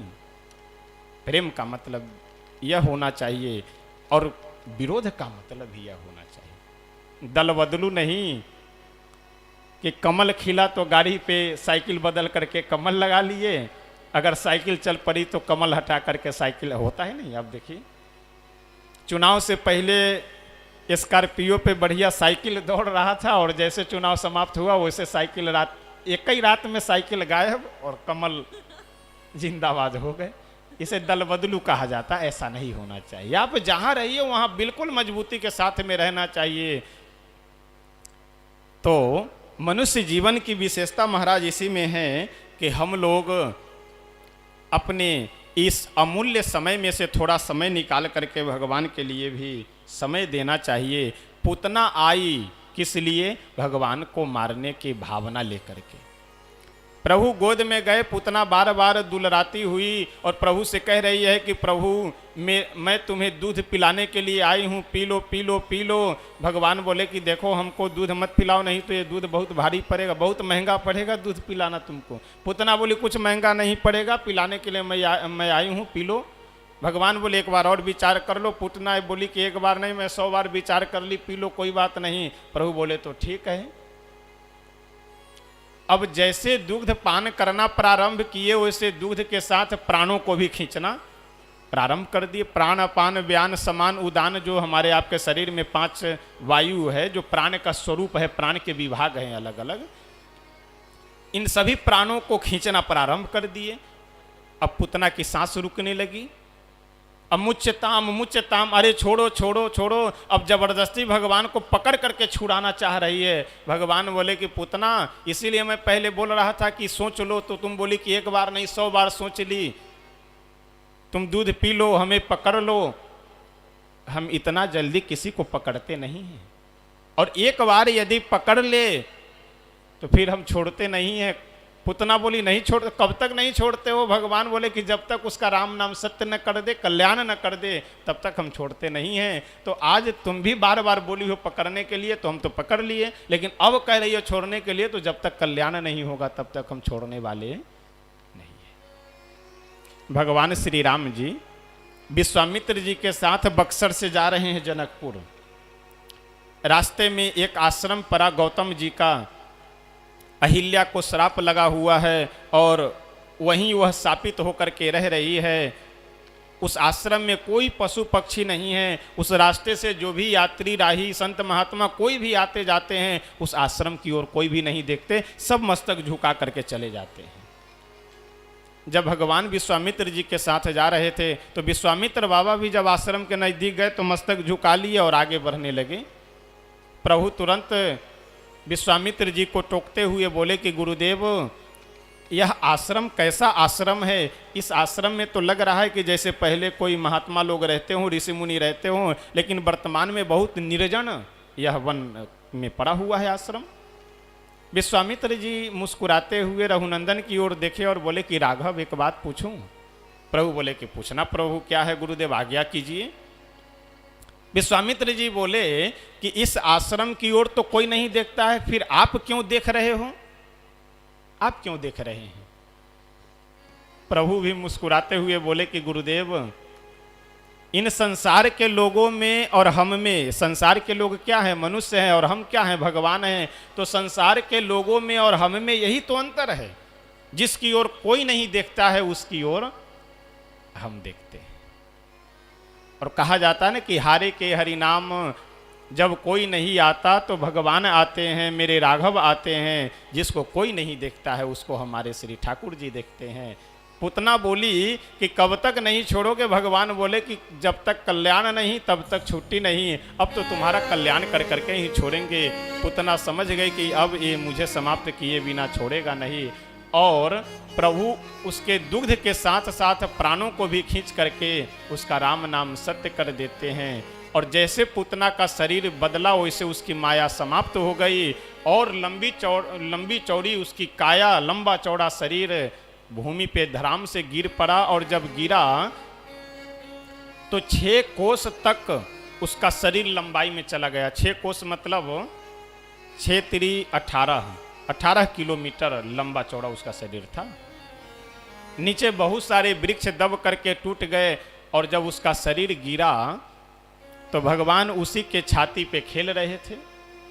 ये सभी यशोदा आदि जो ब्रजवासिनी महिलाएं हैं सब गई सीढ़ी वगैरह लगा करके किसी तरह से प्रभु को उतारा गया। यहाँ मैं एक बात आपको निवेदन करना चाहता हूँ। प्रसंग तो आप सब लोग लगभग सुने ही हुए हैं, सब लोग जानते ही होंगे। कुछ यहाँ की जो अंदरूनी बातें हैं उसे भी समझना चाहिए।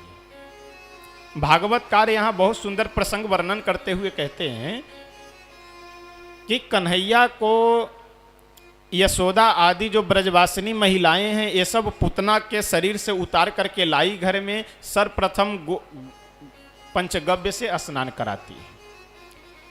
उसके बाद नहलाने के बाद अंगन्यास करन्यास आदि कर करके भगवान को शुद्ध करती है, पवित्र करती है वेद मंत्रों के माध्यम से।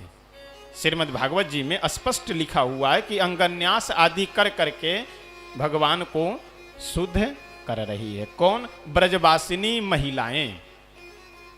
अब आजकल बहुत से लोग यह कहते हैं कि महिलाओं को पढ़ने नहीं दिया जाता था तो इनको नहीं पढ़ने दिया जाता था। तो ऐसे जो गधा पचीसी करने वाले लोग हैं उनके लिए यह सब ऐसे हजारों लाखों प्रमाण हैं। अब रही बात कि बीच में पढ़ने नहीं दिया जाता था, इसके पीछे हमारा धर्म नहीं, हमारी संस्कृति नहीं, ये जो हमारे देश के ऊपर, हमारे संस्कृति के ऊपर जो अन्यायी अत्याचारी आक्रांता लोग आए उसके कारण ये सब परंपरा प्रारंभ हुई कि किसी को पढ़ने दो, किसी को न पढ़ने दो, कोई ऊंचा हो जाए, कोई नीचा हो जाए। इसका मैं आपको उदाहरण बताऊं एक प्रत्यक्ष। जैसे ब्राह्मण अगर वर्ण है, ब्राह्मण जाति है, तो ब्राह्मण है भाई, सबको एक समान होना चाहिए। लेकिन अब ब्राह्मणों में यहाँ के ब्राह्मण ऊंचे ब्राह्मण है, वहाँ के ब्राह्मण नीचे ब्राह्मण है। ये एक ही जाति में ऊंची नीची कहाँ से आ गई बात भाई? कोई शास्त्र प्रमाण नहीं करता है कि कौन ब्राह्मण श्रेष्ठ होंगे और कौन नीच होंगे। इन्हीं लोगों का देन है कि यहाँ के ब्राह्मणों को ऊंचा बना दो, वहाँ के ब्राह्मणों को नीचा बना दो, ताकि आपस में सब खोपड़ी फोड़ा करे और हम मौज किया करे, राज किया करे। यदि क्षत्रिय वर्ण है तो सब क्षत्रिय हैं, सब राजपूत हैं, बात खत्म। अब कहीं के राजपूत ऊंचे हैं, कहीं के क्षत्रिय नीचे हैं, ये कहीं कोई शास्त्र प्रमाण आपको नहीं मिलेगा, मैं गारंटी के साथ कहता हूं। यह सब जो भावनाएं हैं, ये भावनाएं उसी लिए हुई कि कुछ को आगे बढ़ा दो, कुछ को नीचे कर दो, तो ऊंचे वाले नीचे वाले को दबाए रहे और ऊंचे वाले को हम दबाए रहे, बढ़िया फूट डालो, राज करो, मलाई मिश्री खाते रहो। यह कारण रहा है। लेकिन अब समस्या यह है कि ज्ञान भी तो नहीं इस चीज का है। इन बातों को न समझने की फुर्सत है आप लोगों को और न ही पढ़ने की फुर्सत है। अब कह दिया कि देखो भैया कौआ कान लेकर के जा रहा है, तो कान न देख करके कौए के पीछे दौड़ पर। यही हमारे समाज की विडंबना है आज। पुतना जैसे मृत अवस्था में यहां पड़े, वैसे उधर नंद बाबा सभी ब्रजवासियों के साथ पहुंचे तो चारों तरफ कोलाहल मचा हुआ है, भाग दौड़ अफरा तफरी मची हुई है। जैसे नंद बाबा पहुंचे तो सबसे पहले तो जा करके अपने लाला को देखे कि स्वस्थ है कि नहीं। उसके बाद में सभी ब्रजवासी बैठ करके बैठक किए कि भगवान की बहुत बड़ी कृपा है कि आज मेरे लाला को इतने बड़े क्षति होने से बताओ, इतनी बड़ी राक्षसी, और कहाँ मेरा छोटा सा लाला बच गया। भगवान की बहुत बड़ी कृपा है। और ये पता नहीं है कि साक्षात भगवान ही यहाँ आकर के बैठे हुए हैं। सभी ब्रजवासी विचार किए कि पुतना का इतना लंबा चौड़ा शरीर कैसे जलाया जाए। तो ये हुआ कि काट करके अलग अलग पीस बना दिया जाए, टुकड़ा कर दिया जाए, और जितने वृक्ष टूटे हुए थे पुतना के शरीर से, उन सभी वृक्षों के उसके शरीर के ऊपर रख करके और माचिस मार करके जला दिया गया। सुखदेव भगवान कहते हैं कि परीक्षित, जब मनुष्य का शरीर जलता है तो उससे दुर्गंध की उत्पत्ति होती है, दुर्गंध निकलता है। लेकिन पुतना को जब जलाया गया तो कोसों दूर तक सुगंधित वातावरण हो जाता है, मानो इत्र छिड़का गया। क्यों? क्योंकि साक्षात परब्रह्म परमात्मा भगवान पुतना के शरीर का स्पर्श कर लिए थे अपने मुख से, अपने हाथ से। इसलिए पुतना का शरीर इतना पवित्र हो गया कि उसके शरीर के जलने के बाद दुर्गंध न निकल करके चारों तरफ सुगंध है मय वातावरण हो जाता है। ये भगवान की कृपा है। सुखदेव भगवान बोले कि परीक्षित, जरा अपने मन में विचार करो। अहो वकीयम स्तन काल कूटम जिघांसया पाय यदप्य साध्वीम लेभे गतिम धातृचिताम ततोन्यम कमवा दयालुम शरणम ब्रजेम। पुतना जब मरी तो कहाँ गई मालूम है? परीक्षित बोले कि नहीं, हमको तो नहीं मालूम है। सुखदेव भगवान बोले कि जहाँ आगे चल करके यशोदा जी जाने वाली है, जहाँ आगे चल करके देवकी जाने वाली है, वहाँ पहले जा करके पुतना विराजमान हो गई। मतलब जो माँ को गति मिलनी चाहिए, माता को पद मिलना चाहिए, वह गति वह पद पहले पुतना को मिल रही है। किसी ने प्रभु से जाकर के पूछा कि प्रभु आप बहुत ही निर्णय करने में असमर्थ हैं, आप न्याय नहीं कर पाते हैं। प्रभु बोले क्या बात है, क्यों नहीं न्याय कर पाते हैं? वो भक्त पूछा कि प्रभु पुतना आपको मारने के लिए आई थी और उसको आप अपनी माँ के समान गति दे दी, ये क्या मतलब है? भगवान बोले मुस्कुराते हुए कि ऐसा है, भले वो मारने के लिए आई थी और देखो मारने आई थी कि जिलाने आई थी, इसे हमें कोई मतलब नहीं है। यह बताओ कि बच्चे को दूध पिलाना काम किसका है? बोले कि दूध पिलाना बच्चे को तो माँ का काम है। भगवान बोले कि वह मारने के लिए आई थी कि जिलाने के लिए आई थी, इससे हमें कोई लेना देना नहीं। हमें केवल लेना देना यही है कि वह काम माँ का करने के लिए आई थी, इसलिए उसको माँ के समान गति मिलना चाहिए। लेभे गतिम धातृचिताम ततोन्यम कम वा दयालुम शरणम ब्रजेमा। ऐसे कौन दयालु हैं जिनके शरण में जाया जाए? ऐसे दयावान प्रभु को अगर भूल करके हम सब इधर उधर यदि भटक रहे हैं तो हमसे बड़ा दुर्भाग्यशाली, हम लोगों जैसा भाग्यहीन और कोई नहीं हो सकता है। तो हम लोगों का सौभाग्य भी इसी में है कि ऐसे दयालु और दयावान प्रभु के चरणों में लगा जाए। बहुत सुंदर एक भजन है, आइए एक दो पंक्ति हम लोग गा करके तब आगे बढ़ेंगे। दयावान प्रभु को भुला देने वाले, आखिर तेरा क्या ठिकाना बनेगा। दयावान प्रभु को भुला देने वाले, आखिर तेरा क्या ठिकाना बनेगा।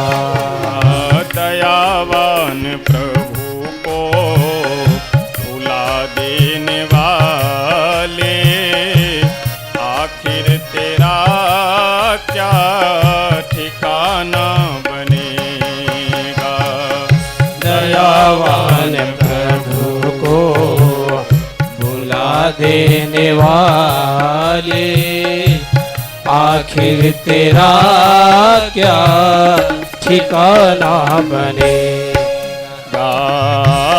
आएगा जब रे बुलावा वहाँ से, आएगा जब रे बुलावा वहाँ से, कोई न कोई तो बहाना बनेगा।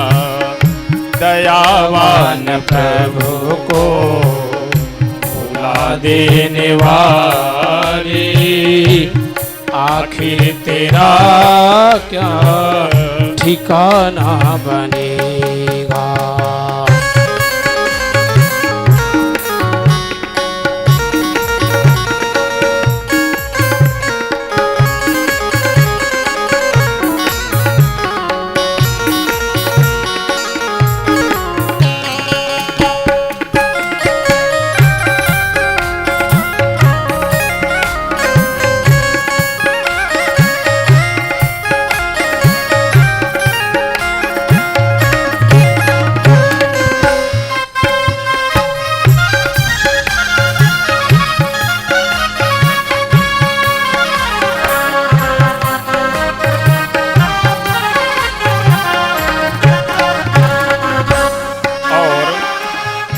इस संसार में दिल हम लोगों को भगवान में लगाना चाहिए तो दिल हम संसार में लगा देते हैं, और संसार में दिमाग लगाना चाहिए तो दिमाग हम लोग भगवान में लगा देते हैं।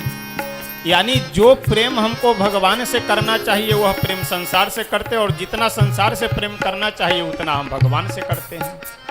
तो क्या करना चाहिए? संत बहुत सुंदर कहते हैं, जो प्रेम तुमको लुटाना था प्रभु पे, वो प्रेम तुमने लुटाया जगत में। जो प्रेम तुमको लुटाना था प्रभु पे, वो प्रेम तुमने लुटाया जगत में। आएगा एक दिन ऐसा भी मौका, आएगा एक दिन ऐसा भी मौका, दुश्मन तेरा जमाना बनेगा। आएगा एक दिन ऐसा भी मौका, दुश्मन तेरा जमाना बनेगा।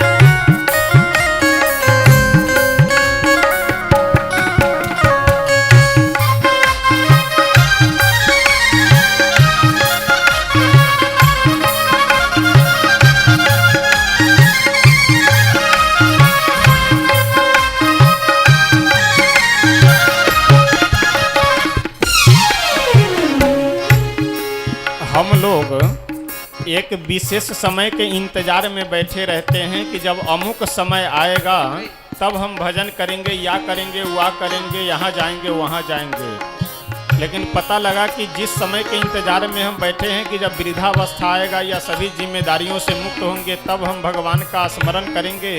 जिम्मेदारी निभाते निभाते हम खुदे निभ जाते हैं, यानी अपनी कार्यों को खत्म करते करते हम खुद खत्म हो जाते हैं, लेकिन काम कभी खत्म होता नहीं है। तो जो हम अपने कार्य कर रहे हैं सबको करते रहें, सबके साथ करते करते क्या करना चाहिए? जब तक है सांसें भजन उनका कर ले, सदा उर में ईश्वर की तस्वीर हरि भर ले। जब तक है सांस भजन उनका करे, सदा उर में ईश्वर के तस्वीर धरे ले। अच्छा बुरा तेरे सारे कर्म का, अच्छा बुरा तेरा सारे कर्म का, तेरे बाद तेरा फसाना बनेगा।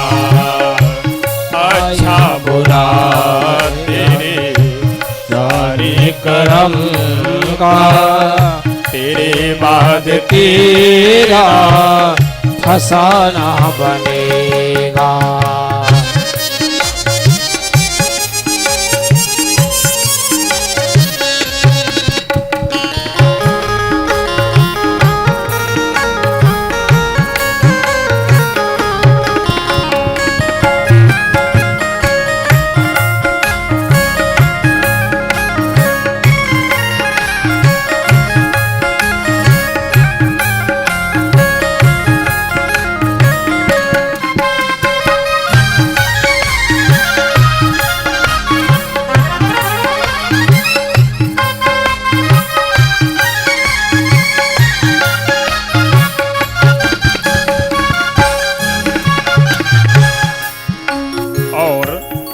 कई बार लोग कहते हैं ना कि भगवान की कथा में या भगवान के भजन में आना सबके बस की बात नहीं है, और वास्तव में सही भी यह है। एक देहाती कहावत है कि सारे कुकुर अगर बनारस चले जाएं तो घर के जूठे बटलोई कौन ढूंढेगा। तो ऐसा हो ही नहीं सकता है कि सारे कुकुर बनारस चले जाएं जो है। तो भगवान के शरण में आना, भगवान की कथा में आना इतना आसान नहीं है। अब कौन आ रहा है नहीं आ रहा है इन बातों पे ना ध्यान दे करके हमको क्या लाभ लेना है, हमें क्या करना है, इस बात पे ध्यान देना चाहिए। करना कठिन है, कहना कठिन है, भक्ति की राहों पे चलना कठिन है। करना कठिन है, कहना कठिन है, भक्ति की राहों पे चलना कठिन है। कहना कठिन है, जय हो। करना कठिन है, भक्ति की राहों पे चलना कठिन है। कहना कठिन है, करना कठिन है, भक्ति की राहों पे चलना कठिन है। उन्हीं को मिलेगी ईश्वर की भक्ति, उन्हीं को मिलेगी ईश्वर की भक्ति, जो दिल से प्रभु का दीवाना बनेगा। उन्हीं को मिलेगी ईश्वर की भक्ति, जो दिल से प्रभु का दीवाना बनेगा।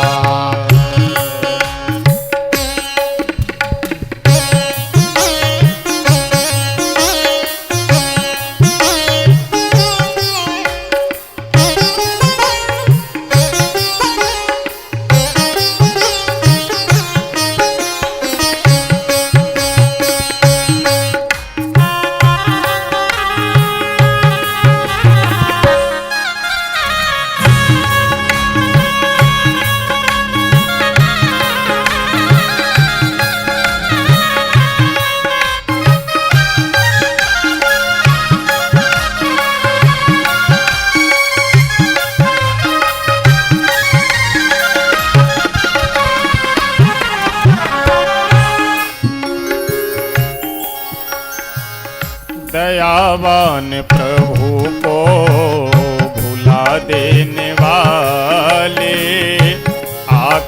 तेरा क्या ठिकाना बनेगा।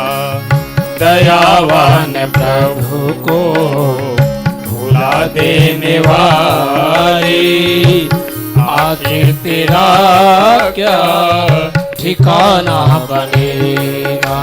हो आएगा जब रे बुलावा वहाँ से, कोई न कोई तो बहाना बनेगा।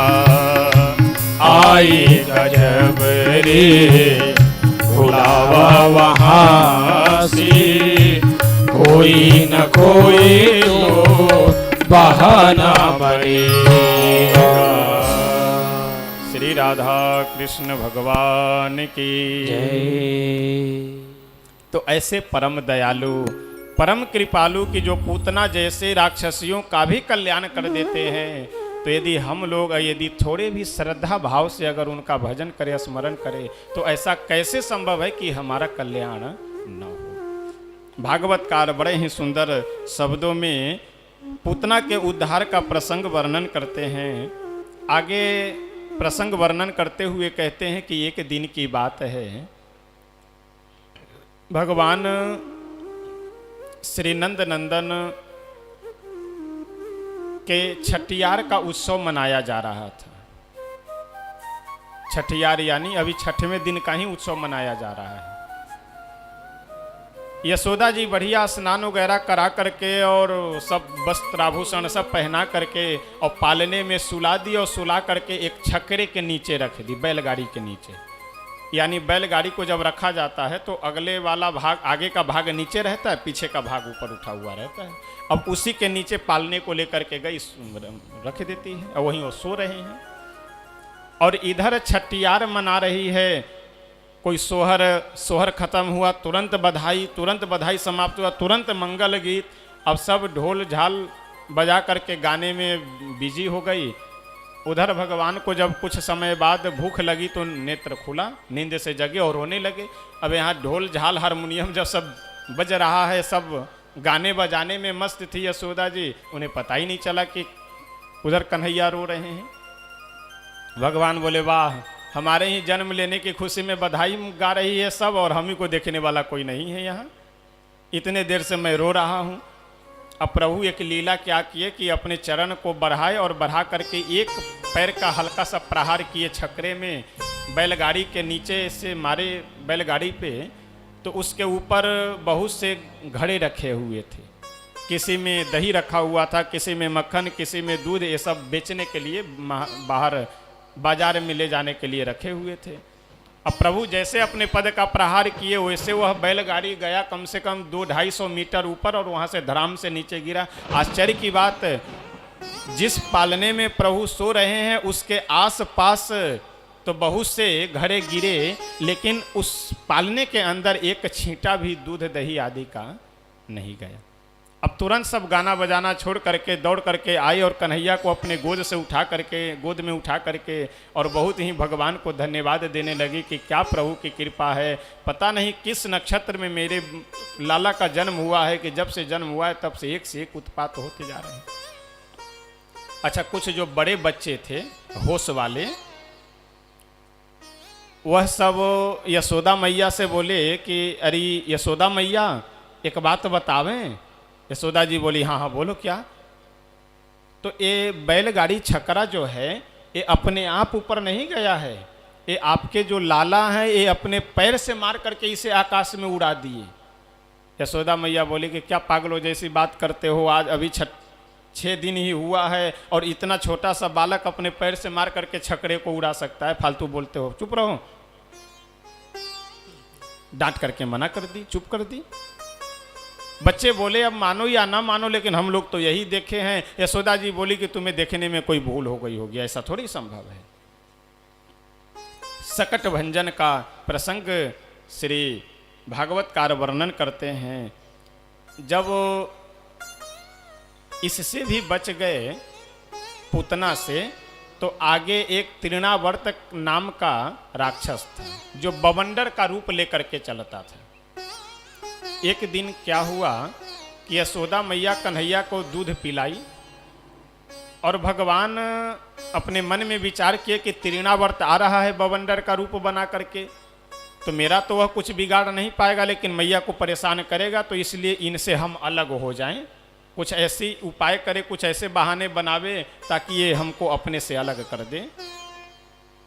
अब भगवान अपने शरीर को भारी करने लगे, वजनदार करने लगे। यशोदा मैया देखी कि अभी तो मेरा लाला का शरीर बहुत हल्का था, कोई दिक्कत हमें नहीं हो रही थी, लेकिन अब भारी लग रहा है। तो यशोदा जी के मन में भ्रम हो गया कि ओहो, हम दूध पिला दिए हैं ना इसे, इसलिए दूध पी करके इसका शरीर भारी हो गया। और गई पालने में सुला करके और आंगन में रख देती है और स्वयं किसी अन्य कार्य में लग गई। इधर तृणावर्त जब आया और देखा कि पालने में अकेले कन्हैया सो रहे हैं, नंद के लाला सो रहे हैं, अब तुरंत अपने बवंडर में लपेट करके और लेकर के बाहर गया, इसलिए कि बाहर लेकर के जाएंगे और खूब ऊंचे से कम 2-4-5 किलोमीटर ऊपर से नीचे पटक देंगे, मर जाएगा।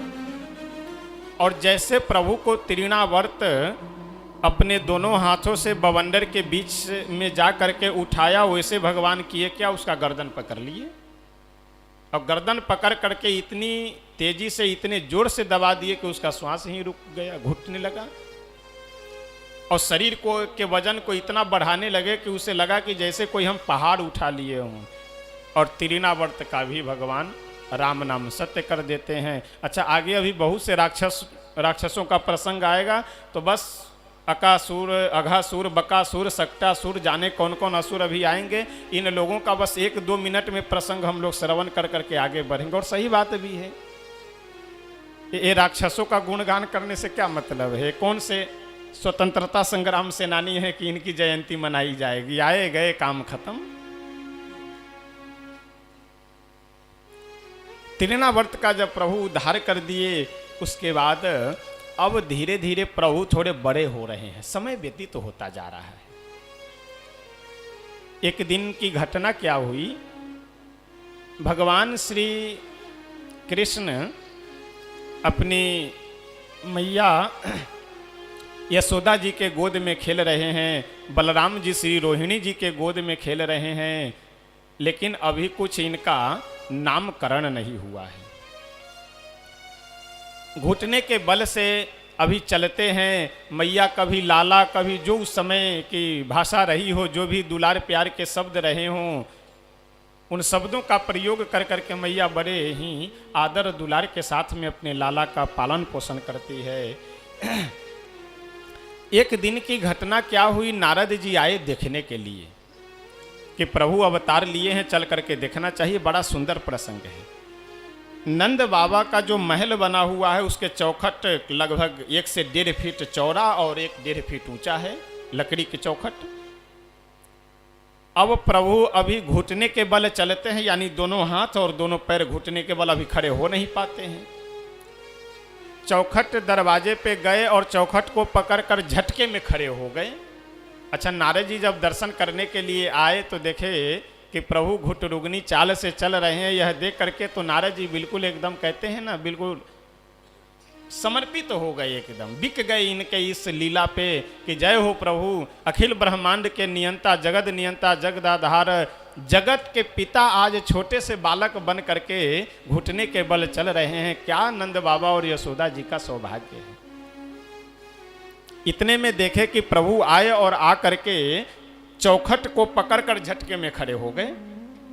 अब जब खड़े हुए तो प्रयास करने लगे कि चौखट को नांग करके उस पार जाने का, यानी महल के गेट के बाहर जाने का।